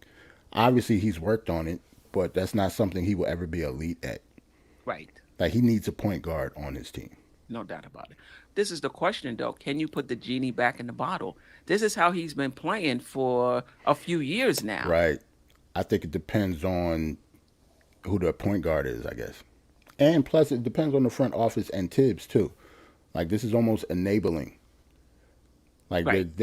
Right. they are the ones doing this. If they did not run their offense like this, Randall would Right. not be doing some of the things that he does. Like I can't complain about his turnovers. He's a power forward that should not be handling the ball as much. Like he's supposed to turn the ball over. Not supposed to, but like you can't be shocked at it. Like he's not a I don't know, he's not Magic Johnson out there. He's a power forward that should not be doing what he's doing. We just have to take the ball out of his hands. Yeah. And I think those are the two areas that I have issues with the coaching staff. One, not holding him accountable, and two, allowing him to be the main facilitator on this Right. team. And now Free range. we can say, well, who else is going to do it? But that's my question. Well, why didn't you bring in somebody that could do it? Exactly. You know? Yep, But shout out to exactly. Justin L, who's on fire tonight, along with the rest of the chat. Randall needs to take his shots from where he's most efficient: paint touches, driving touches, elbow touches, trail in the break, defensive rebound, push the pace or get it to a guard, consistent effort on defense. Boom, That was bang. him. That was him 2 years ago. Yeah, That was him the year before. yeah. That's like the perfect synopsis of what his game was at that point that year. Old head said, trade Randall for whatever we can get. Hey, yo, I, salute, I man. want him Hey, go. I mean, that's the question. We talked about this on the Queen's Court last night. Is he salvageable? Let me just start first, and I'll make this real quick. I have a hard time giving up on talent. I think you just try everything you can before you give up. This is the first year where he was just a mess. And I say come into next season, see if he's the same. If he is, move him at the deadline if you can. But to give him an opportunity to rebound. His game is pretty much it is what it is. But this whole emotional stuff is pretty new, the way he imploded. So I say give him an opportunity to rebound. But anyway, you see, he never imploded this much, but he always had that attitude in him, though. But I this was don't. just He's another level. right. This is yeah. I would definitely say it's nothing like it was. Slapping laptops out of people's hands and See, throwing balls and stuff like that. He's never done anything like that. But Thumbs he's there. always had an attitude with him, though, and like a see, I mean think streak with him. Hmm. like the reason that I say that I'd be cool with keeping Randall, as I said, I can't refute the fact that he's a 20-10 player. It's hard to come by that in the league, 20-10 player. But I don't think that it's his. I don't think that necessarily it's the talent and the production that he gave that really dropped his value. I think it's just like if I'm a coach, and I mean, Steph, you know this because you were a college coach, right? If I'm a coach or another GM and I see somebody who's having these tantrums, like I said, you're getting into it with your coaching staff. When you have Your a bad game, teammates. your teammates, when you have a bad game, you're visibly lethargic out there and like you act like you don't even want to be here. To me, I'm a GM, I'm saying, all right, well, if he comes in here and he goes through a bad stretch or he gets into it with us, is he going to give us that same energy? And do I want to deal with that on another team? Like, I get that you're 20-10, but there's nights that if you're not involved, and that was like a knock on James Harden a few years ago. If he's not involved, he just stands there, and he looks like he doesn't want to be there. And so that's one of the biggest things for Hmm. me with Julius Randle is, bro, minus, I think his game, I don't really see Julius getting any better than what he is. I think that he's kind of peaked. Like I think this is as good as he gets. Um, I just want him to step inside that 3 point line. You're not like the three Right. point shot. Honestly, looks like he's guiding the ball. It doesn't even look smooth. Right. Get down there in the post where you have high percentage shots. But the biggest thing for me, and I think this was with most Knick fans, is just act like you want to be here. Even if you don't want to be here, act like you want to be here. And like I said, it's hard for me as another coach, as another GM, to take on somebody whose body language is just, yo, I don't want to be here. I could care less. There were some games where he literally looked like, you know, here, y'all want the ball out of my hands so much, you want to go ahead, here, take it. Like that's just coaches don't want to have to deal with that, especially when you're at this level. And like I said last night, you're a 7, 8 year old vet, and you're handling the media and you're handling the atmosphere of the game like a rookie. Right. Like like that's Right. that's to me is one of the biggest red flags. Like you don't want to go out for interviews. That's what comes with the Right. NBA, yo. Good or bad, you got to learn how to take your lumps and take the criticism with it. You know, Right. and like I said, and that just sets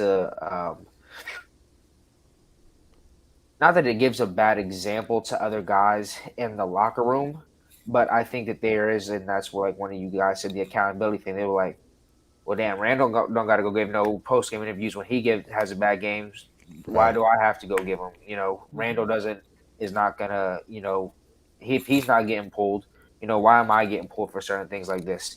So like I said, I don't necessarily think that his level of play has dropped his trade value. I think it's just all of the optics that come with the player that Julius Randle is, and then the how magnified it was this year.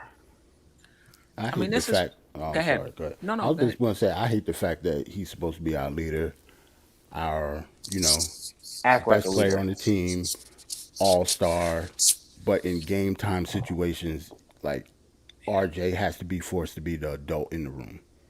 Right. I think that's crazy, and the fact that Tibbs allowed that, that's the for a reason, long time. right? For too long, everything was happening over and over again. Every game was almost the same, and nothing changed. Like that's the only thing with Randall and Tibbs. That whole situation. That's the only thing that pissed me off the Well, most what about do you that. mean when you said game time situations? RJ has to be the adult in the room. Even at the end of the in the fourth quarter, Randall would get a tech and stuff like that. He's supposed to be the veteran in the fourth quarter, right? In the fourth quarter, isn't that when was it the fourth quarter when he slapped the laptop out of the assistant coach hand? It was towards the end of the game, right? Oh, I don't even remember. After Yeah. when Randall's holding the ball and acting like somebody stole his dog after winning Chicago. Yeah. But RJ is the Yeah. one has to go out, like you said, in press conferences and answer the questions like an adult. Right. This is what I will say about leadership, though. He- You can have a 2010 guy on your team that doesn't have to be your leader, That's true too. Mm-hmm. but you got to bring in a player better than him. See, I don't, Right, and right, right, see, right, right, and I agree. I don't think that you need to be the leader, but I think that you need to act like you're an 8 year vet in the league. right. Like, I That would be nice, but this is what I will say. I've seen players on different teams. I've seen Rasheed Wallace. I've seen Dennis Rodman. I've seen a lot of talented players in this Hmm. league who those not the guys you look into. Those are not Right, the right, right, right, leaders right. on your team. They do what they do. You know, exactly. Period. Rodman is going to rebound. Play that defense. Rasheed. but they're giving effort Right, night in right, and night right. It's out different. on both sides of the ball, and that's why I But think we're it's talking different about with leadership. Randall. Now we're switching the goalposts. Well, Now we're talking about leadership. All I'm saying is, I get you with effort. I agree. He doesn't have to be your leader. He doesn't have to. Yeah, he You just has know, to be an adult, he has to. He has yeah, to. He has to. To me, you gotta. a He professional. gotta give effort on both ends. You gotta play the game. To Yeah. me, if he doesn't want to go to press conferences, would I like him to go to press conferences? Yes. But if you drop in 2010 and you're playing both ends of the floor and you're not being a distraction when it comes to your teammates, I don't Hmm. really care if you go to a press conference. And I got to be honest. But the problem I'm having is you are wrapped up in yourself and you're not wrapped up in the team. You give an Right. inconsistent effort on the floor. So that's my issue. I don't need Randall to When it bring comes to in that somebody though, else to take that position. when it comes to the press conferences, I wouldn't have a problem with that either if he never did them. and But you and can't that's just why you you just can't just can't do them do on the them when good you want games, to.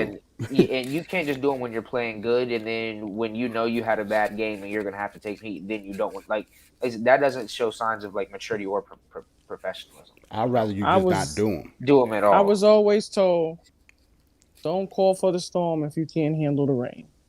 And I honestly feel like with him, with Randall, you can't do corrective criticism with him, like especially in game and stuff like that, because he doesn't take it as that, especially the last couple, after that whole COVID stuff. And I feel like at the end of the day, you are the leader, whether he want to be the leader or not. They're looking at you. Teams are designing defenses for you. People are paying attention to you. So at the end of the day, you are the leader. So I feel like at the end of the day, if you're representing and you want to take that responsibility because you're shooting 80% of the shots, then you need to have some decorum. That's it. Not he's not shooting that many. But what I'm okay. He's It's not shooting that many. But what I'm saying it's is in that, line. His usage rate is in line with RJ's usage rates. They're pretty but close. still, when you see in billboards of this, who is usually on the billboard? All I'm saying is he doesn't have to be the leader. He All I'm doesn't have saying to is be. you could bring in other players and and reduce his role where he's just playing his role. That's True. it. You That's all I'm That's think's good. gonna saying. do that That's all though? I'm saying. That's good. Do you That's the think good Tibbs thing. is That's gonna what do we would that though? want. Do you think Tibbs is gonna do that? Do what? Bring in better players. You mean? Yeah, yeah. I would That's what the hope. front office needs to do at some point. I hope. But we I, ain't I going don't see nowhere. I don't see them I don't see them bringing in I don't see them getting rid of Randall and bringing nobody in that's gonna take the ball out of hand unless it's a point guard. But Hopefully, we'll have to see about that. Like that's up yeah, on the front yeah, office. I don't yeah. know. To I be think honest, the coaching staff, if they're still putting the ball in Randall's hand after this season, if they don't see, insanity. you know what I That's mean, insanity. that his decision making is just not on that Stranger level. If things they with don't us have see that, happened. come on. But to be I'm honest, So sorry, I though, keep getting Steph, to be calls. honest, it wouldn't surprise me if it is the same though. Just because Tibbs is the coach, it wouldn't That's what I'm surprise me. saying. Like Like I how wouldn't be much? shocked. I'd be pissed, but I wouldn't be shocked if it's the same. I hope it better not be the same. But they could have changed a few things during the season and they didn't. see So we'll see. now one of the things Ooh. is that if that's what Tibbs in the front office is saying, hey, we want Randall to bring up the ball, want him to facilitate. I think in his heart of hearts that he knows that this is not me. So here's my thing: as an NBA player, and you should know how to adjust in game. Why do I, as the and I don't know because Tibbs may not tell him this, but if I'm the coach, why do I, as a coach, need to tell you go give the ball to somebody else? Like just because Tibbs says, "Hey, Randall, bring up the ball," Randall doesn't have to bring up the ball. Like he doesn't have to facilitate. Like he can choose to defer and have somebody else facilitate. Now I get that certain plays maybe run for him, or for him to facilitate, like I said, but he can make the decision to defer and have somebody else facilitate the offense because to me at the end of the day, that only also just sets you up for success yourself. If you know, hey, I don't like to be the point forward because I know that a turnover liability. I know that I don't read the game, read and react very quickly. So why don't I give it to one of my teammates who I think puts us in a better position to do that? Because but you got to save him for himself. Save him from himself. He believes he's the best player on this team. He Right. believes that he can make these decisions. He doesn't see himself as a poor decision maker. We do. He Right. don't watch film Exactly. then he don't And watch his film. yeah, I know He he's don't- watching film and saying, can't okay, the be. next time I got to do this a little better. Like, I mean, somebody Well, said it. that He is thinks definitely he's a true. number one option when he's not. Exactly. So he thinks he's the leader. So that's what I'm saying to you. If he thinks he's the leader and Tibbs is not shutting it down, What makes you think that somebody else is going to come in and take the ball out of his hand? But shutting it down means you got to bring in somebody else that can do it. But what if you did? We had Kimba, early Kimba, and he was still bringing the ball up. He was still bringing the ball up. That's kind of the reason I said it's not going to change, because we actually He do was still have, bringing the ball up. He was still running the offense through Right. himself. So my thing is, you can bring in who you want, but if you don't take the ball out of his hand and send him down the court, we're gonna have the same. We're gonna be having the same conversation. Then that means Yeah, the yeah, Tibbs no, may need yeah. to go then. because That's- even that's in a the good fourth, point. right? Remember when we said that IQ and Burks closed the game, right? Randall was still bringing the ball up. IQ was Sure inbounding was. the ball. They for would most of the time. inbound the ball and give it right to him and run down the court. But would we agree that there's a difference between bringing the ball down the court and handing it to, passing it to Burks or IQ and bringing the ball down the court and facilitating the offense? Yes, Like it's yes. two separate It is. things. Because there would be times he would bring it down and just pass it and go to his spots. Mhm. And that's fine. I don't have a problem with that. What's the point it's of when that, he wants though? to facilitate. But what's the Yeah, point of I that? guess as a I was coach- with Chris. What's like the you- point of just having I was him bring about up to the say, ball? you're Then a what? coach. Just saying he has the ball in his hand. I was never a basketball coach. It's so the I would same to me. I would never say that I know a lot more basketball than coaches, right? What is the point of Randall bringing the ball up and doing what you said? Because it just gives the point guard when you get a rebound, anybody can bring it up. That makes you more versatile. Anybody can bring the ball up the court as opposed to you getting it and have to hold it and wait to give it to the point guard. So I can if RJ gets the ball, he can bring it over half court.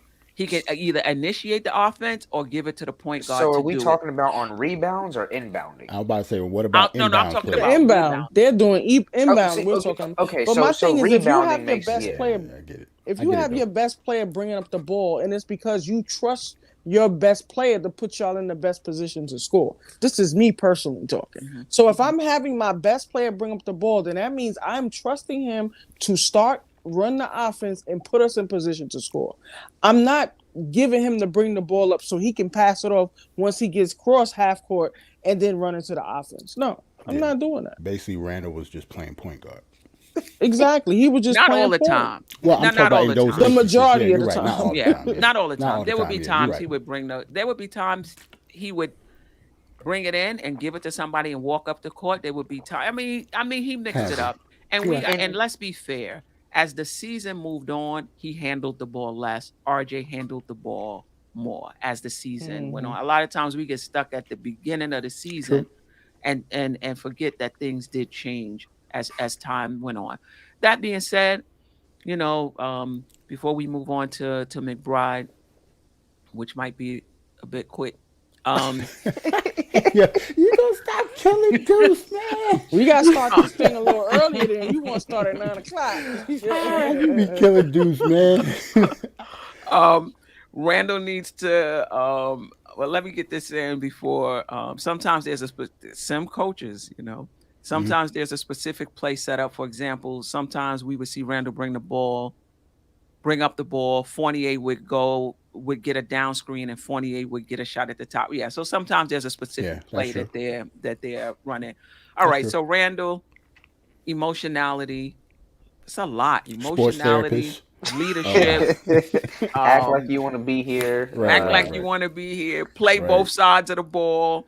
I mean, both sides of the play both offense and defense, and stick with the mid range and stop jacking up the 3-point shots. That's a lot. See, but honestly, I feel That's You a our like lot. best player too.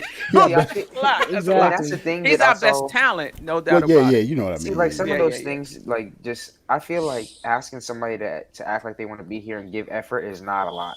Like now decision making, picking your spots on the floor, but effort. I feel like giving effort. I feel like it's bad that we even like have to harp Have to on mention that. that and Yeah. have to Right. mention that we need you to give effort. Consistent effort. Like that's a red flag. Like I don't think that's hard, and I think to even say that that's a lot to ask. Like I think that should be the bare. Like that should just be the standard.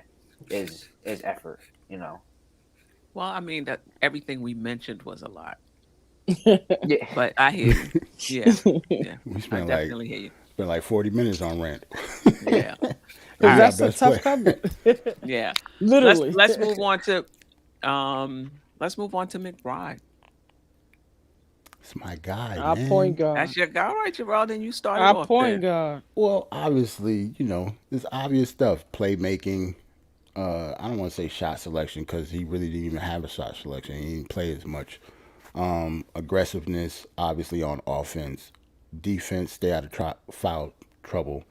But to me, it's due. So obviously, he's going to be like maybe the third point guard, and he might even go up and down the G League again this year. So it's basically just keep working on your game and try your hardest to get Tibbs' trust. Regardless of how you do it, you got to do the same thing Grimes did in practice. Right. Obviously, in order for you to get some burn, but just pretty much just playmaking. Like he has to be a playmaker because he's going to play point guard. He can't play any other position on the court. He has to be a playmaker somehow, Right. and that's just a knock on him. Period, though. Did you watch him in college? He went to West Virginia. I remember Hmm. him. Now, I hear sometimes that he's a shooting guard in a point guard's body. What's your is that That's all the knock on him. Like playmaking is his like swing trait or whatever. Like if he actually was a playmaker and can get other people involved, then Deuce really. I'm not saying he doesn't have any weaknesses, but his if he had that, he's a completely different player. But if you okay? want somebody to Yeah. just be a small two guard or whatever, just stay there and just shoot open jump shots and just play defense, yeah, he can do that. Or like his ceiling, like his floor can't be no worse than what Alfred Payton was to us. Okay. You know what I'm saying? And I'm not saying that, not saying that Alfred Payton was a bum or anything. And I'm not trying to Hmm. disrespect him, but I'm just talking about if Some his fans floor will is, say that he was. yeah, but I'm just saying if his floor was Alfred Payton for a second round pick, I'm cool with that. Like, I don't know what people expect Deuce to come in and do. Like, he's not that type of player. He's not going to come in. He's not Allen Iverson. He's not going to score 30 points a game Right, every right, time he right, come in. right. But when we say comparing him to Alfred Payton, one of the things Alfred Payton could do was run a team and make decisions. Now, Yep. you may have issues with his offense and him Right, right. finishing at the basket and those sorts of things, but in terms of like we was talking about with IQ, the difference between him and Jones is actually being a point guard and being able Hmm. to run a team. It's- I'm not sure we can compare McBride. I don't know if McBride is there yet. At least that was the knock on him coming out of West Virginia, just Hmm. him running, A running a team. team. Right. Um, and I think that's just something for us to just keep in mind when we talk about the point guard position. We're not just talking about stats. We're talking about being able to run a team and Hmm. make those decisions. Um, Right. We're not talking Gavin, about size either. we're not Because talking he's about size right, either. because Yeah. he's like 6'1". He's definitely a point guard size, but he's Right. big enough to get like two guard minutes just because of his defense, wingspan, and stuff like that. He could play the two in a pinch, especially coming off the bench and playing defense. But as of right now, he's definitely not a point guard. Like he's not going to run anybody's team. No. Right. And his wingspan is 6'8". And Right. one thing about him off the dribble in that mid range, Nice. So imagine if he just keeps, yeah. keeps being aggressive. Like he can score, Right. but in terms of like having the ball in his hand and creating for others, no, he's not. Like that will have to. He has a lot of work to do when it comes to that. I mean, Funky Goose World, you say with no anger issues, Deuce is tough. Oh, he's very He angry. Hmm. he He's a he Deuce is an ex football player. Like he's tough. He's angry all yeah, the yeah, time. yeah. I mean, he could be a Pat Bev, Hmm. you know? Like I can't even imagine like the just his attitude. You got to think about how young he is, We're and not disrespect just because you're saying both sides doesn't mean you disrespecting this doesn't mean you're disrespecting a player. Marcus Smart is 6'4" too. right, like him. Yeah, Marcus Or Smart got way more 6'3". 6'4", He has something. way more size. Period. Though he got like Deuce by like maybe 20 pounds. Like I wouldn't even compare them yet. Maybe coming out of college, I would still say Marcus Smart was still a better player coming out of college because he still did have at least a little bit of playmaking because he played the point at Oklahoma State. Like he doesn't really do that now, but yeah, he had it coming out of college. Like he was highly regarded. Like he was a better prospect than Deuce was coming out of high school and college. Right. So And if he listen, does become Marcus mhm, Smart, that would be his ceiling, and that would be great. But I don't expect him to become that unless he has to work on different stuff. and this is what I will say. If any of our guys pop and become stars, that's great. Hmm. But there's nothing wrong with being a solid NBA player. There's nothing wrong with being a good rotation piece. When you look at these playoff teams, when they bring in their bench, a lot of these teams have, well, what's his name is starting now? Robin Williams, Hmm. who I Mm-hmm. think he had 27 points, or was it 26 or 27 points in that game 7 against Milwaukee. But for most of the season, he was a bench player. Am I correct? Mm-hmm. Yes. Hmm. But when he got his opportunity, he shined. There's nothing wrong with that. Everybody doesn't have to be a star. That's Um, Everybody true. definitely not gonna be stars because I don't. I think it's gonna be a rude awakening when everybody extensions come up because everybody has been drafted around the same time. Obi and IQ extensions are gonna come up at the same time. RJ Cam Mm-hmm. same time. Mitch is up now.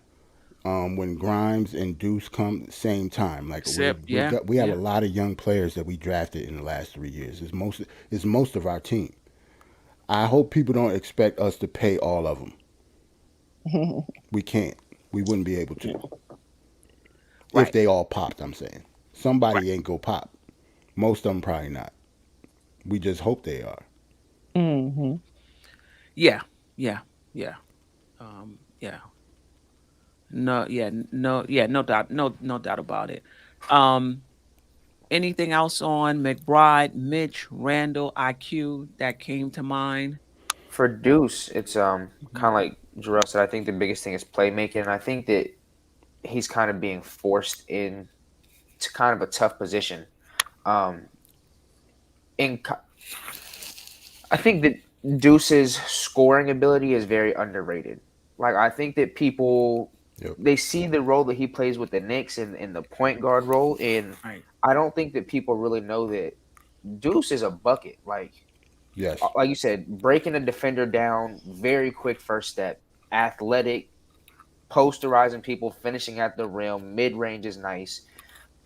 It's unfortunate because I think that the system that he's in right now, and with them trying to force him into that point guard box, I don't think that it really allows him to showcase his natural basketball ability.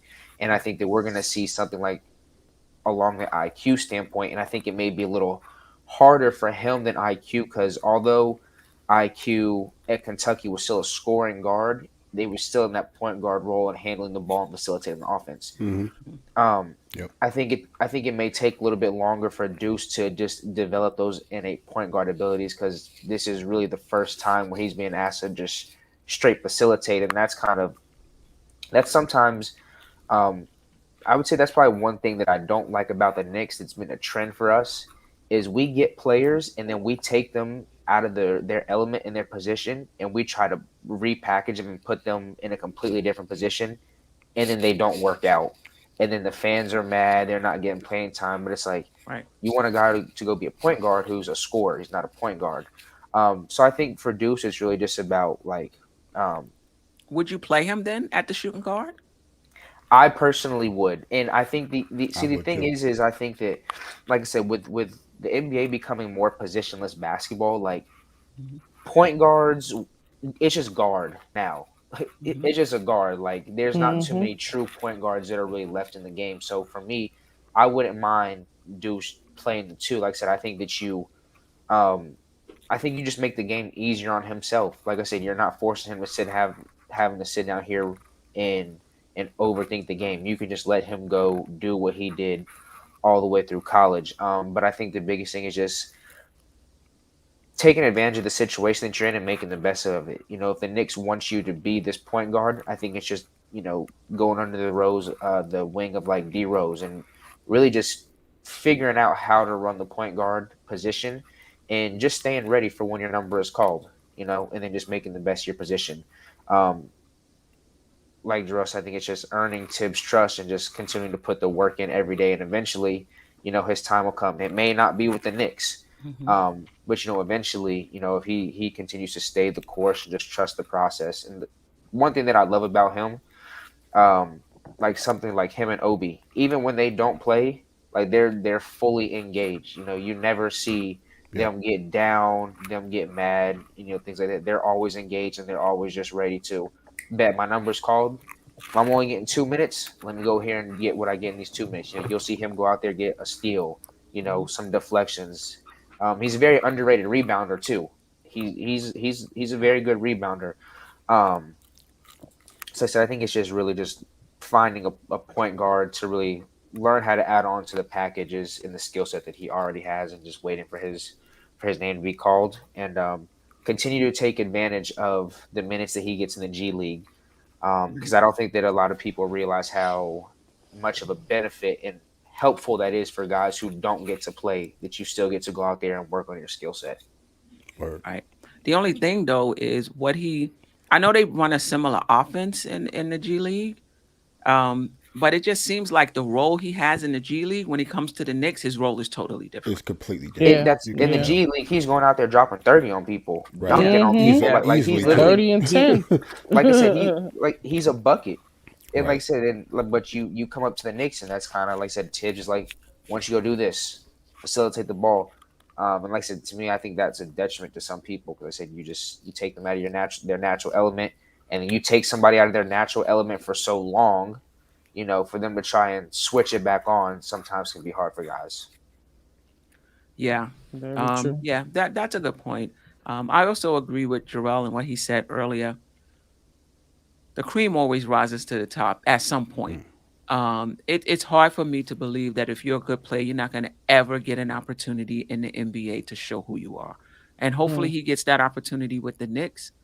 If he doesn't, he'll get another, hopefully a clearer opportunity. Hmm. Just keep working on his game, keep staying ready. Um, and you know what? You make a good point, Gavin, about trying to turn him into a traditional point guard when Right. really that's not really his game. That being said, at that size, Yeah. it just makes it He would have to turn into like Colin Sexton, Hmm. mm, like when But him and Darius Garland was in the backcourt at the same time. Like gotcha. he would be Gotcha. yeah. like around the same size. Deuce is actually a little bigger than him when it comes to wingspan and weight and stuff, but they're around the same height, 6'1", 6'2". See, but I think the thing for sizes too, it's like, although he may not have that traditional size that you want, He got heart though. he He ple- got heart, he plays. He's one of those guys that it may not look like it, but he plays bigger. He does. Yeah, Um, he he got a plays six Word. big. eight wingspan. Yeah, and then like I said, he's somebody he's very athletic with a quick first step. So I said, even though sometimes size may be can be a downfall, like I said, I think he makes up for it in other areas. But I really think it's just like, just give him the opportunity to go out there and do what he does naturally. Like I said, the game of basketball has really just become positionless. Like I said, there's not too many people who are sitting here setting up the role. So why you need that unless it really complements and you just have guys who don't know how to do it for themselves? Like I said, I think it's more of a detriment, and it's almost like a waste of talent for some of these guys. Yeah. A shout out Yeah, to true. at Jay. I'm not saying I'm saying it right. Nobody is saying Deuce is too short. We're saying that he's more of a shooting guard and a point guard body. Right. His mentality. So so if you're a shooting guard, a lot of times if you're undersized at that position, you don't really they're reluctant. Teams are reluctant to put you at the Right. shooting guard position because you're giving up a lot of height. Brunson Right. is a point guard. Right. So Right. that's Right. that's the difference. Right. It's a big Mm. big difference. Like um, Donovan Mitchell is small enough to be a point guard, but he's not. Right. He's a two guard. I don't want Donovan Mitchell playing my point guard position. He's a scorer. He Now, doesn't make good if you're decisions gonna too. be an undersized two guard, You got to be that though. That's You what I'm saying. gotta Like, be. You that's gotta why. be. That's what kind of like Yeah. why I brought up Colin Sexton. Like Colin Yeah. Sexton is a 20-point scorer at that size. You have to be Right. dominant in that one trait. The Right. only thing Allen is Iverson was undersized too. Guard. exactly. And he My whole wasn't even thing 6 feet. I don't care what nobody say. Deuce's like good trait though is his defense though. It's not his offense. That's the only thing. Like he just has to keep working on offense. And he's definitely a bucket, but defense is going to be his calling card in the NBA. At least it should be. Yeah. But Exactly. if you've seen him in West Virginia, that mid range was It's on pure. point. Mm-hmm. I It's pure. mean, on point. It's And he pure. actually shoots it. Like he actually Yeah. purposely shoots it. Like people don't shoot that shot in the NBA anymore. Yeah. Yeah. Yeah. Um. All right. Any before we get out of here, any last words? Anything you want to add to anything we discussed Knicks. today, including the drive? Nah, thanks for inviting me again. Salute to Chris, salute to Gavin, salute to yourself, Steph, for this wonderful show. Every Tuesday we here, man. I mean, we're not going as late as tonight, probably because we don't have as many people on the panel as we did the last couple weeks. Right. But it was Right. a very good show, man. We had a lot of topics. I want to talk about the draft more, like getting to these players, man. Like, because I watch college basketball, I actually do, try to study some of these dudes. Like, now that Let's we do know, that next week. right now that we know we're picking 11, then everybody, well, not everybody. If you care about this stuff, anybody projected between like 6 and 15, you should be looking at. Yeah. Mm-hmm. Yeah. Anybody can fall or rise. It all depends. Exactly. Because look at last year's draft. Yeah. Who Very was up it? and down. Johnson, who dropped to 20, and Right. I saw him mocked like top 10. Exactly. So I mean, we'll he see. did have some issues, and maybe that's why. And I think also, the Knicks may trade down. I doubt if they trade up. I doubt if the Knicks trade up. I don't see any reason for them to trade up. I think it I depends do. on how far we trade up. But if you're gonna trade up from 11 to like 8, Yeah, you give it. nah. But Nah. like I'm 11, talking about if I 11 get to the like top 4, four. Oh, But okay. you Top you four. giving up. But you giving But up. you're giving up, Something. You giving up. which something. may not we even can make give it it up worth though. it. We. We have Well, stuff to give up. We guard heavy. So I mean, I'm high on Jabari Smith. And I'm high on. See, you gonna move up to pick another power forward. I thought you was gonna move up to pick like Ivy or something. I'm high on Ivy too. I'm high on both of them. But I'm not gonna let the fact that we got Randle and Obi stop me from drafting a Jabari, because you can move one of them Right. Mm-hmm. And if you Jabari believe Smith don't play like in either one of Jabari them. Smith's upside. If you believe in his upside. Yes, I'm still. I don't know. I'm on the fence with Jabari, man. The guy, what is he, 18, 19 years old? He's 19, 6'10", very, very, very good 3-point shooter. His stroke, Right. that very good. stroke, Right. and the height of his release, ain't nothing Beautiful. you could do with that. Mid-range game and everything. But we'll He see. can, take a few dribbles, and at the worst, he's a 3-and-D guy. Right, but how do you feel But a about high your, level 3-and-D guy. But how do you Yeah, feel yeah, about definitely. picking a 3-and-D guy in the top 2 or 3 though? I'm saying at the worst. Oh, okay. I'm not. Like, that's his I floor? think his ceiling is higher than that. Okay. But his floor is somebody that's going to hit the 3 at a high level. Right. Can bring the ball down in transition as well and pull up for the 3. Mhm. But you're right. He has to develop his mid range. Yeah. I listen. And he don't everybody really in have this no draft. type of low post game though. Right.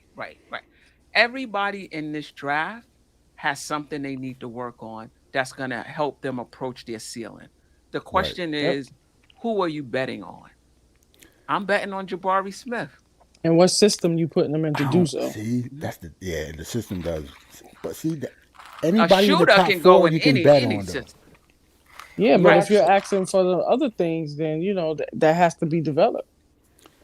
I Yeah, like If he's a doubt power about it. forward, You like Chet? I don't have a Chet. problem I with like him Chet either. too. I like him I too. like Chet. I Yeah. love So here's Chet. an interesting. Who that's projected to go in like the top 4 or 5 The top Do, four in different Um, orders. I've seen them in different who? orders. What? Chet.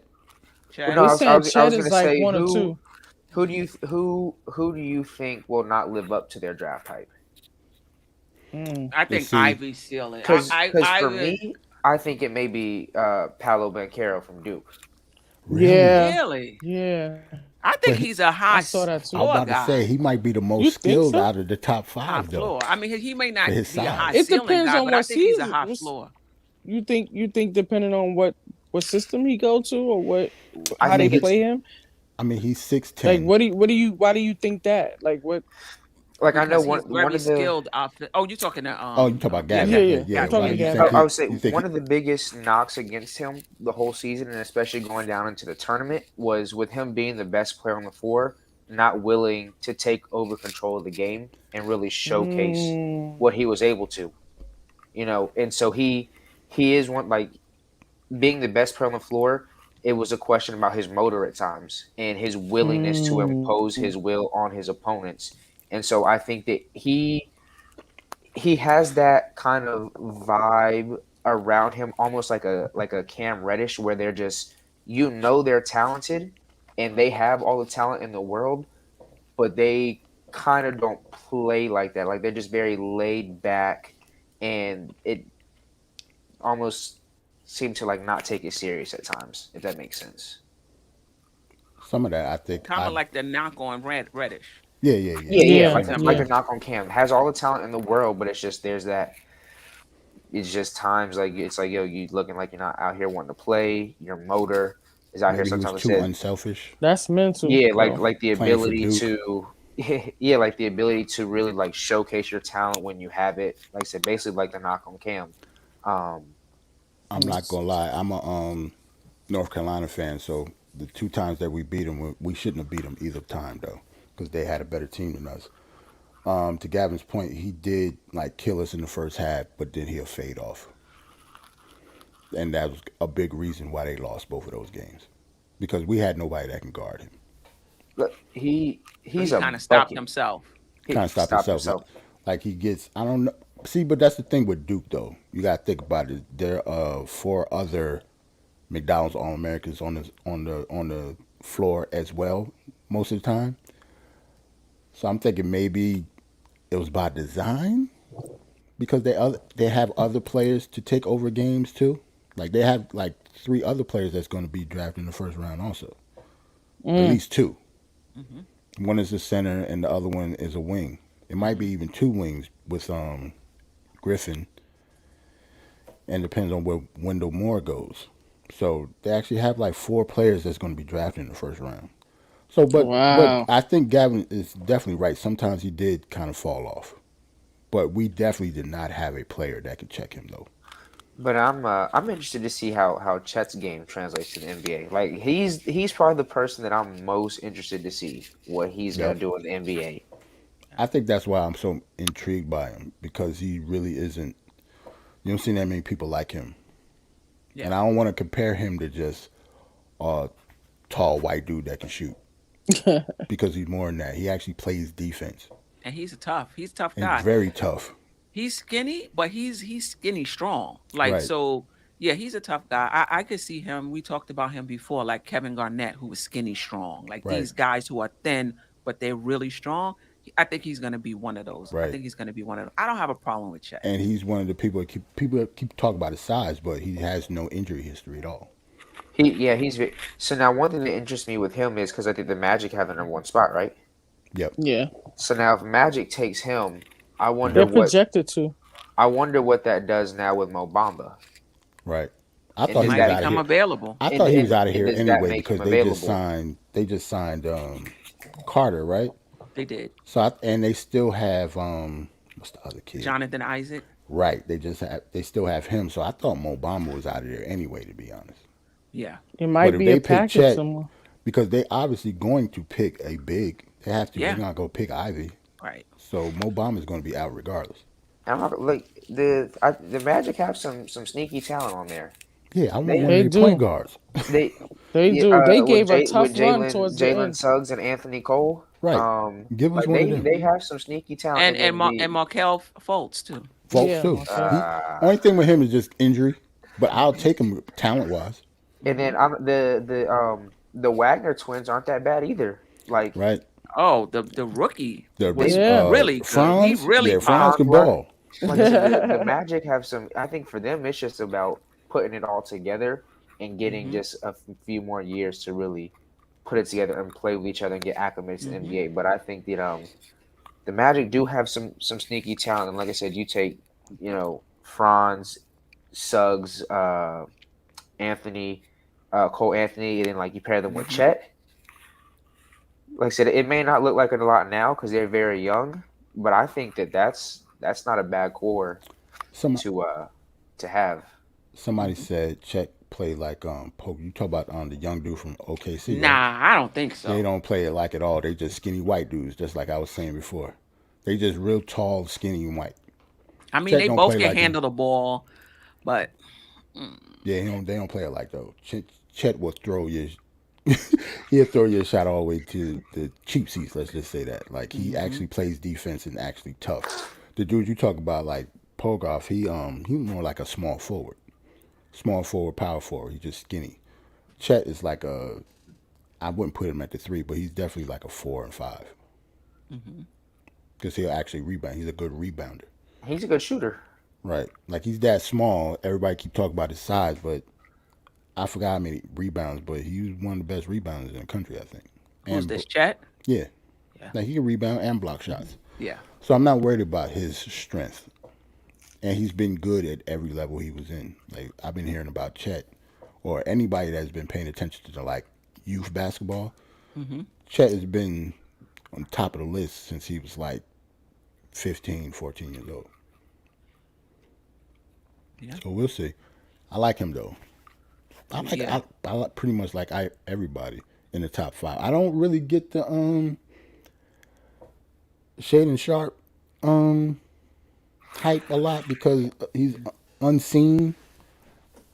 So unseen. I don't like when people think that. I hope people don't think we'll draft him and he could play like the point or something. Like he's not Hmm. that type of player. Like he's more Vince Carter, athletic, See, and I head think that above the rim. He ain't no playmaker though. Like he's not I gonna get think that anybody the he'll ball. kind of be that his unseen. I think is kind of like that's kind of like the route that Jalen Green went. Didn't go play Right. college ball. Was just opted to I think high school. Did like a year of prep school or straight out of the high school to the G League and just played what. Yeah, but that's the thing. Sharp ain't do that. Chop didn't do that. He didn't play at all. He went to Right. Kentucky, just sat on the bench. At And least just been Jaden training. Green, at least Green went to the G League and Right. actually, Right. had some minutes. Like it's completely sight unseen when it comes to Shaden Sharp. So I'm not saying that you shouldn't be psyched about him, but you don't know what you're getting. He's just athletic. Yeah. Listen, again, it's a mini crapshoot. I mean, you do your research, you watch them, and to try to mitigate the risk as much as you can. But there's no way to know. All of these guys have something that they need Right, to right, work right. on, and it's just who do you feel like is going to do that? That's basically what you're banking on. Mm-hmm. That the guy is going to fill that hole in his game.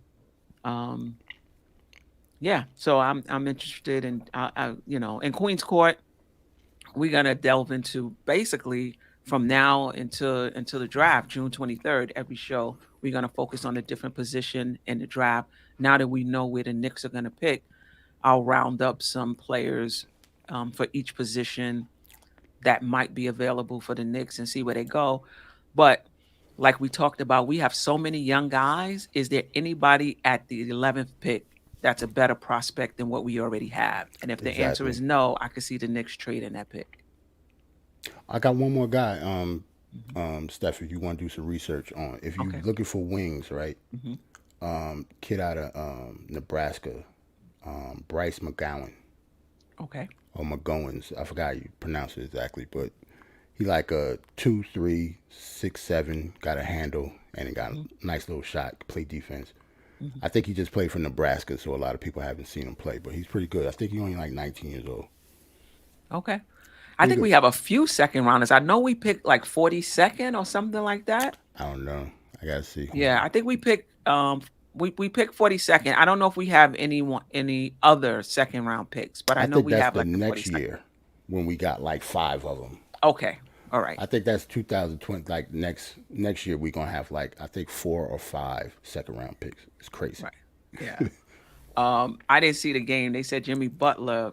He's going off. He's got a 40 Yep. ball, I'm watching Oh, on the side. He going but off. he's going off. Tatum is too, but Right, and right, and right. and I didn't think that Miami would be able to match Boston because they're just as a good defensive team. But I just thought so um, the Boston had more firepower. But the little bit of red flag is the fact that it's a close game and the Celtics are down Al Horford and Marcus Smart. okay, Right. okay, right, Jimmy went okay, off in the second half. Like he had okay. like 20 something.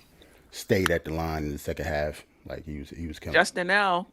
If you ask me, um, RJ is a Jimmy Butler comp. In my opinion, I think he needs to. Man, I wish we had Jimmy. Man, Yeah, I like Jimmy. To me, like people may not think he's a star. He's one of those.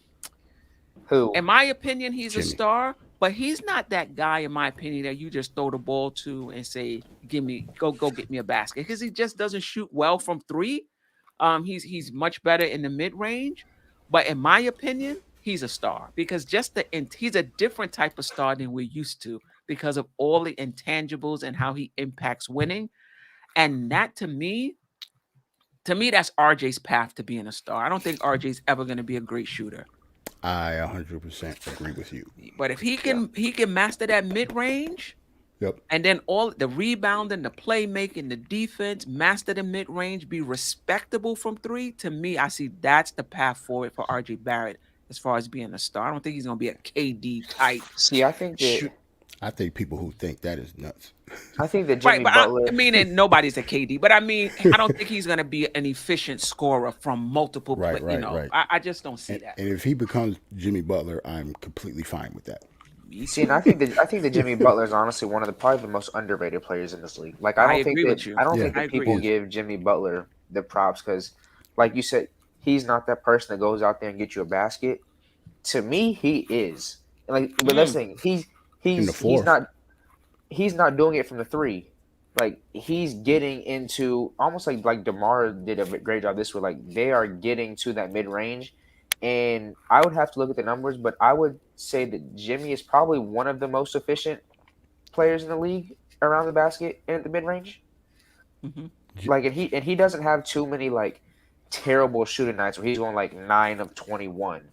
You know, he's Right. going like 11 of 18. You right. know, 9 of Because he 14. takes his shots in his spots. He knows he's not a He good knows three-point his shooter, so he's spots. not To flinging it me, from there. Jimmy's game is just, perfect for the playoff basketball. Like during It the is. regular season, you might not notice him at all. You just And notice, the his thing team that I winning. say, the maturity where I see him is like when he was early on in his career and he was with Minnesota and who else was Jimmy with? Cat? Yeah, he he was a very he's that alpha dog and it was very outwardly spoken. Now Hmm. Jimmy Butler, he's like a silent assassin. Like he's very silent and just goes Yeah, about the game. He's like yeah, he's gonna go out there and drop like a quiet 40 on you and not say anything to you. He doesn't really right, argue foul calls. He doesn't get into it with the refs. Like right, I think that he's a great teammate too.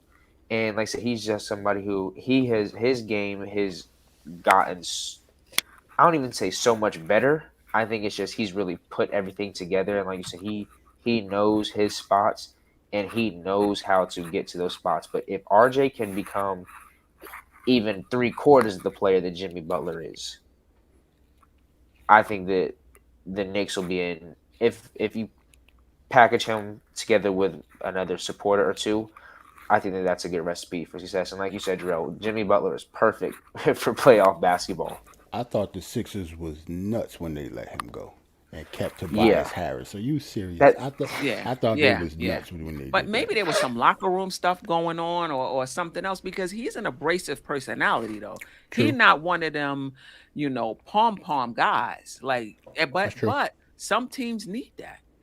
Us. We need that. I'm about to say us. Give Jimmy whatever he want right now. see, Because And I feel Jimmy like and he plays defense. see, yes, No I feel doubt. like with Jimmy, it's almost like he's like one of those guys where he's like he shows up and puts the work in every single day. So he almost feels like you can't really check me on my stuff, but I'm gonna check you because I know the work that I'm putting in. And Right. so if you're not doing what I'm doing, but I mean, like they said that him and like even Joel said he was like, I wish that we would have kept him. Like from what I understand, like him and Joel were very close. Right. So yeah, I mean, now looking back, him and Joel, I think you gave them another season together to put some things in. Like that's like when he walked out of the locker room, he said, "You gonna keep Tobias Harris over me?" Right. He did say that. Right. Like, damn, he Like did say that. he, Yep. he said that he was like Tobias Harris over me. You're crazy. Yep. Um, Right. He did say that. I always like players that I don't know. Since I do like I pay attention to like the young kids coming up, like high school and college. I actually love the fact that Jimmy wasn't like highly recruited. Went to a couple of schools before he even got to Marquette or whatever. I like players like that, like the Hmm. Fred Van Vliets. You know what I'm saying? Like either second round or not even drafted, you become an all star. I like stuff like that. Yeah. Like nobody thought Jimmy was going to be this when he came, when he got drafted. Right. Not Yeah. this. Yeah. No doubt about it. I think for me, somebody asked where the comparisons come from. Is that um, Butler takes a lot of his shots in the mid range Mm-hmm. and at the hoop, and that's where RJ takes 64% of his shots. Word. The difference between the two is Butler's hitting his, and RJ isn't. Like but RJ is The in the difference is bottom. he's good and he and ain't. and the thing And is that Right. like You're when they right. play each other, like Jimmy Butler is very high on RJ Barrett. Like right, he said, and he was like, "Yo, RJ Barrett is the face of New York." And then Yep. right, RJ even joked, he was like, "Yo," he asked him in the game, "Hey, can I work out with you in the summer?" right. And so RJ just asking for he just pimping himself out. Didn't he Yep. say the same thing that Said a couple um people. DeRozan. listen, at DeRozan? least he's Yep. asking though.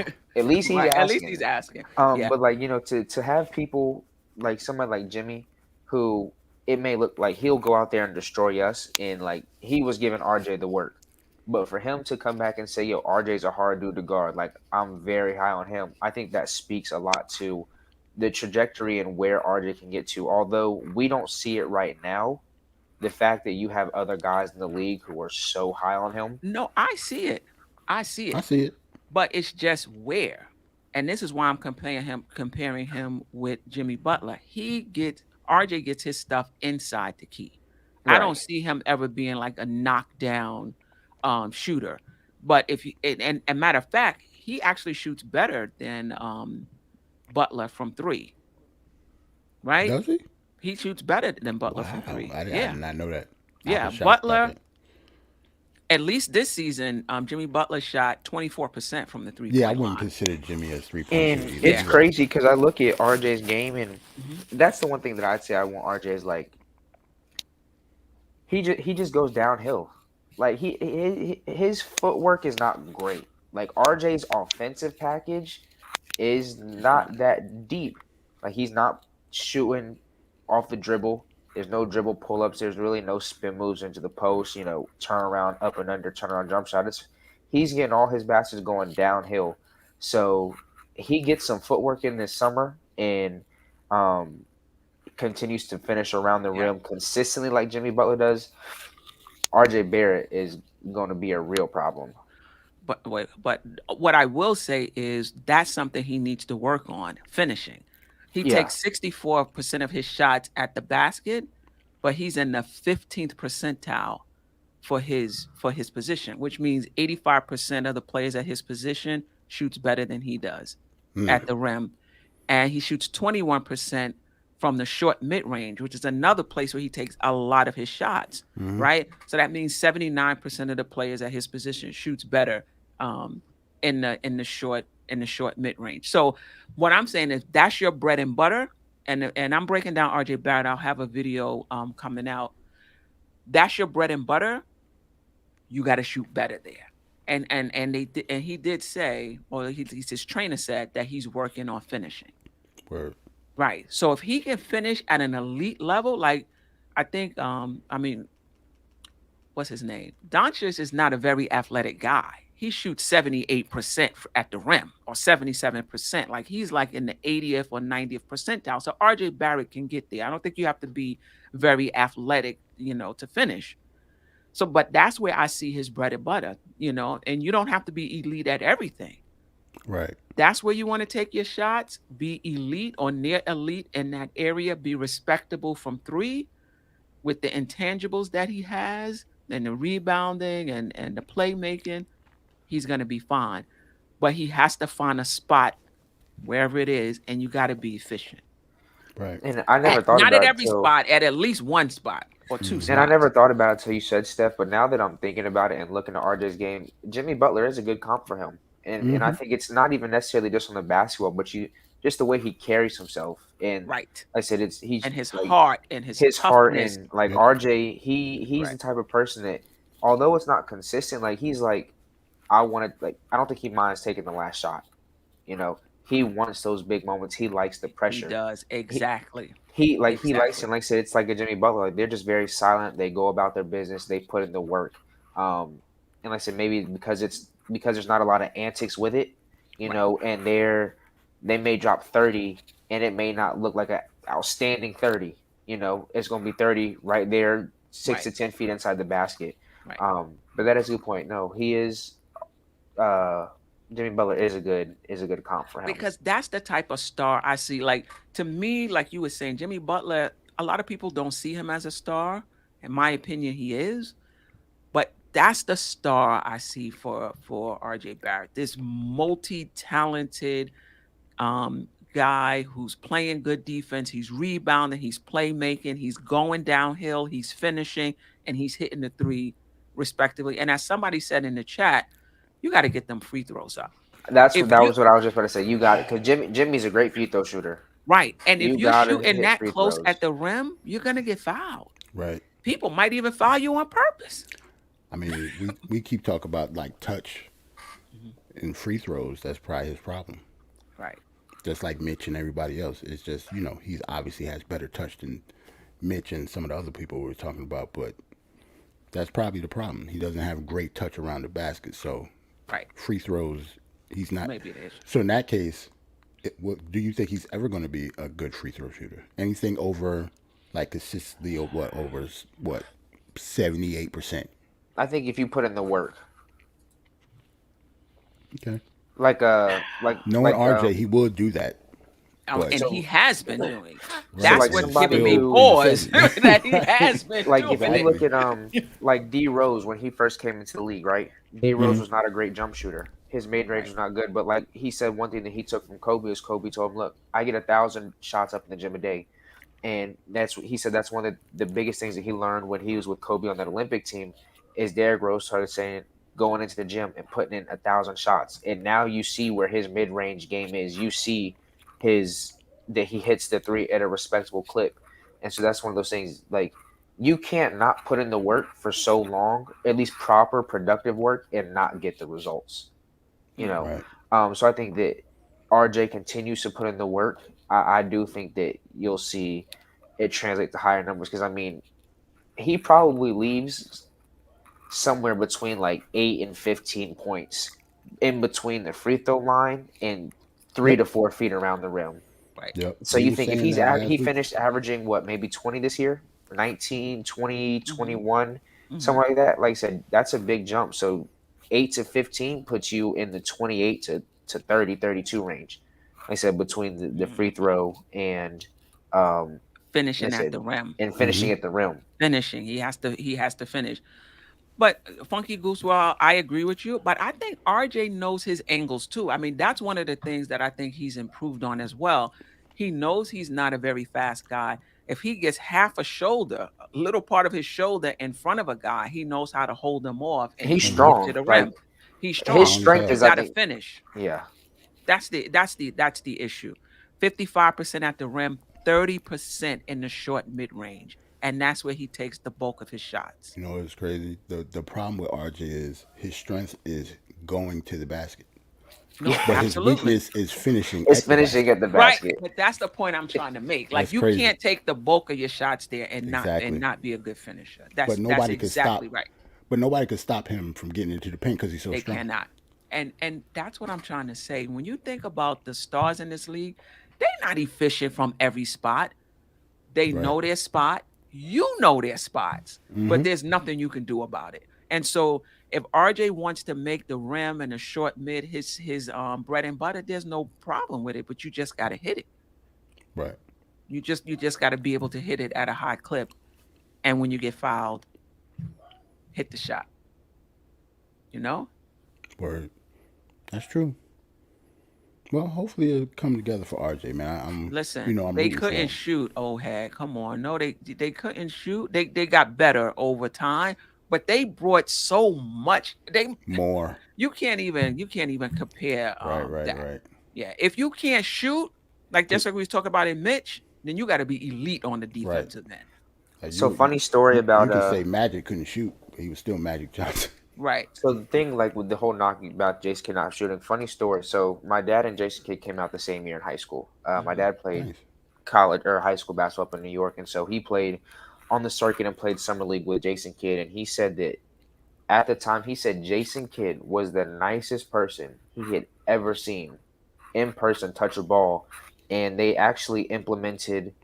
So the whole thing that you couldn't talk to kids so early on in high school, like coaches giving Mm-hmm. them off and everything, was actually put into effect because of Jace Kidd. Mm-hmm. Wow. And Wow. it's but I think that's the thing that people don't understand in this league. Like, although the league has translated to such a shooting game, you can affect the game. Like, you don't have to be able to shoot the ball if you're getting your points. Other ways, like I said, getting to the rim, free throws. Right. And Right. for some people, that's just not their game, you know? Mm-hmm. So yeah, like Jason Kidd couldn't shoot, but Jason Kidd's top 10 point guard. Like, The without way he shooting the ball. impacted the game. The Right. He was game one of my without favorite shooting the players. ball. Period. And that's letting you know how special he is that he can do that and not be a great shooter. Right. Mm. Yeah. Yeah. Yeah, I No think doubt RJ about it. get there though. To be honest, I think he has the work ethic. No doubt I'm about not. He's like one of the least players that I'm worried about. I'm worried about everybody else. it. Right. But I think we Not got RJ. good work ethic. We got players with good work ethic on this team. OB, IQ. I don't know much about Cam, but I know Mm-hmm. even Randle, he works on his game. He spends a lot of time in the gym as well. So True. I would nah, say I'm probably not. the person that I'm most worried about in the Knicks is Cam. Like that's probably my biggest concern. Like I said, It's to Cam. see somebody just have all that talent, and it almost looks like he doesn't have fun with the game. Like, he almost feels like he's out there like at work, you know. And like I said, part of that may be because of how he felt he was treated in Atlanta, you know. And Mhm. once they had the whole thing in with Trey Young and basically just gave him the keys. And um, now I will say, I think that Cam definitely could have played more over John Collins They and play and different and positions Hurt though. or like Herder Heard. Okay. and Okay. Herder. That's what I Right. meant, Herder. But Mhm. I think that, to me, I think that Cam, he may have, that may be the thing for Cam, is developing his mental toughness and the mentality, because I think it looks like the situation in Atlanta defeated him to where he doesn't have fun with the game. But from what I also understand, like, I guess that's just how Cam's always been, is just Mm-hmm. that lackadaisical. But I mean, his talent level is pure. Um, like I said, just to see, it almost feels, I'm worried about it being like a waste of talent on the Knicks. Um, and I wonder if he's just one of those persons where he feels like, look, I should be a starter, and to him, not starting or not having the ball in his hands affects him and how he plays the game. Well, Jarrell has seen him play since what, high school or junior high High school? school. So high school. And he's kind of mentioned some of the same things Mm-hmm. You you've right, guys. talked about it. Everything you said was completely correct. Like, it's his Yeah. motor and assertiveness and stuff like that. Cam is obviously talented as hell. It's all up to him. And it Right. may take one of those things, like you see some of these players where it may take him to get bounced out the league, you know. May take And him failing. Yeah. it Yeah. may take him hitting rock bottom for him to really realize, like, damn, yo, like, I was in the league today, and tomorrow I'm out the league, and I'm overseas playing in China. Or now I'm with this whole COVID, I'm fighting for a 10-day contract to get back in the league, knowing that you have a top world talent.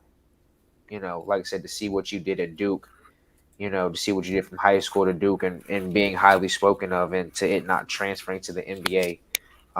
They said, so I hope that there's somebody on the Knicks that, and like I said, maybe we need the right type of vets, but I'm hoping that there's somebody that can kind of see these things in him, and pick him up and kind of pull, you know, bring him over and say, hey, yo, come rock with me. Let me show you how to get on track and, you know, do some of these things. Word. Yeah, we're not sneezing at it. It's me, but efficiency matters. It's not just points. It's efficiency as well. But I agree. I think his efficiency will definitely get better. Because he was No, having no doubt about it. 25 point games, shooting 9 of 21. Like, Right, shooting below Right, right, 50%, shooting below 40%. right. Like, Like the point is for these players to get better. Like we want RJ to get better because we know his ceiling is high. So Right. if he's going to be inefficient, we get to say that he's inefficient. Now, I don't care Why how you many don't points think he they would scores. get along? I'm sorry, go I ahead. don't think Cam and Randle would get along. Yeah, I don't see Cam not getting along with anybody. Like he doesn't have the personality to be, you know, Yeah, combative. I don't see why they wouldn't get along. yeah, definitely. Anyway, I appreciate you, my resident panelist, my resident analyst, and Gavin, and I am Jarrell. We here every Tuesday, 9 o'clock. We'll get into the draft. Some. If any of you two want to host the show, I'm good laying back and having y'all ask the questions. I'm good with that too. That's Um, cool. so yeah, so we'll be here every Tuesday, 9 o'clock, breaking down the Knicks, just nicking it as I like to say. We'll be Okay. covering the draft. Catch me Mondays, of course, on MBK doing the Queen's Court. Wednesdays, I co-host the crossover with Tony Crow also on MBK. So catch me there. And also, if you haven't already, I know a lot of you are MBK subscribers, so you know about the draft party, June 23rd in Atlantic City, 2-day event, 2 days activities. You can join us for one or both days. You can go to the link. I mean, you guys know the link. Just know I'll be there. You He guys says already almost, have the it's link. If y'all almost follow midnight. Y'all know the MBK, link. yeah, y'all know the link.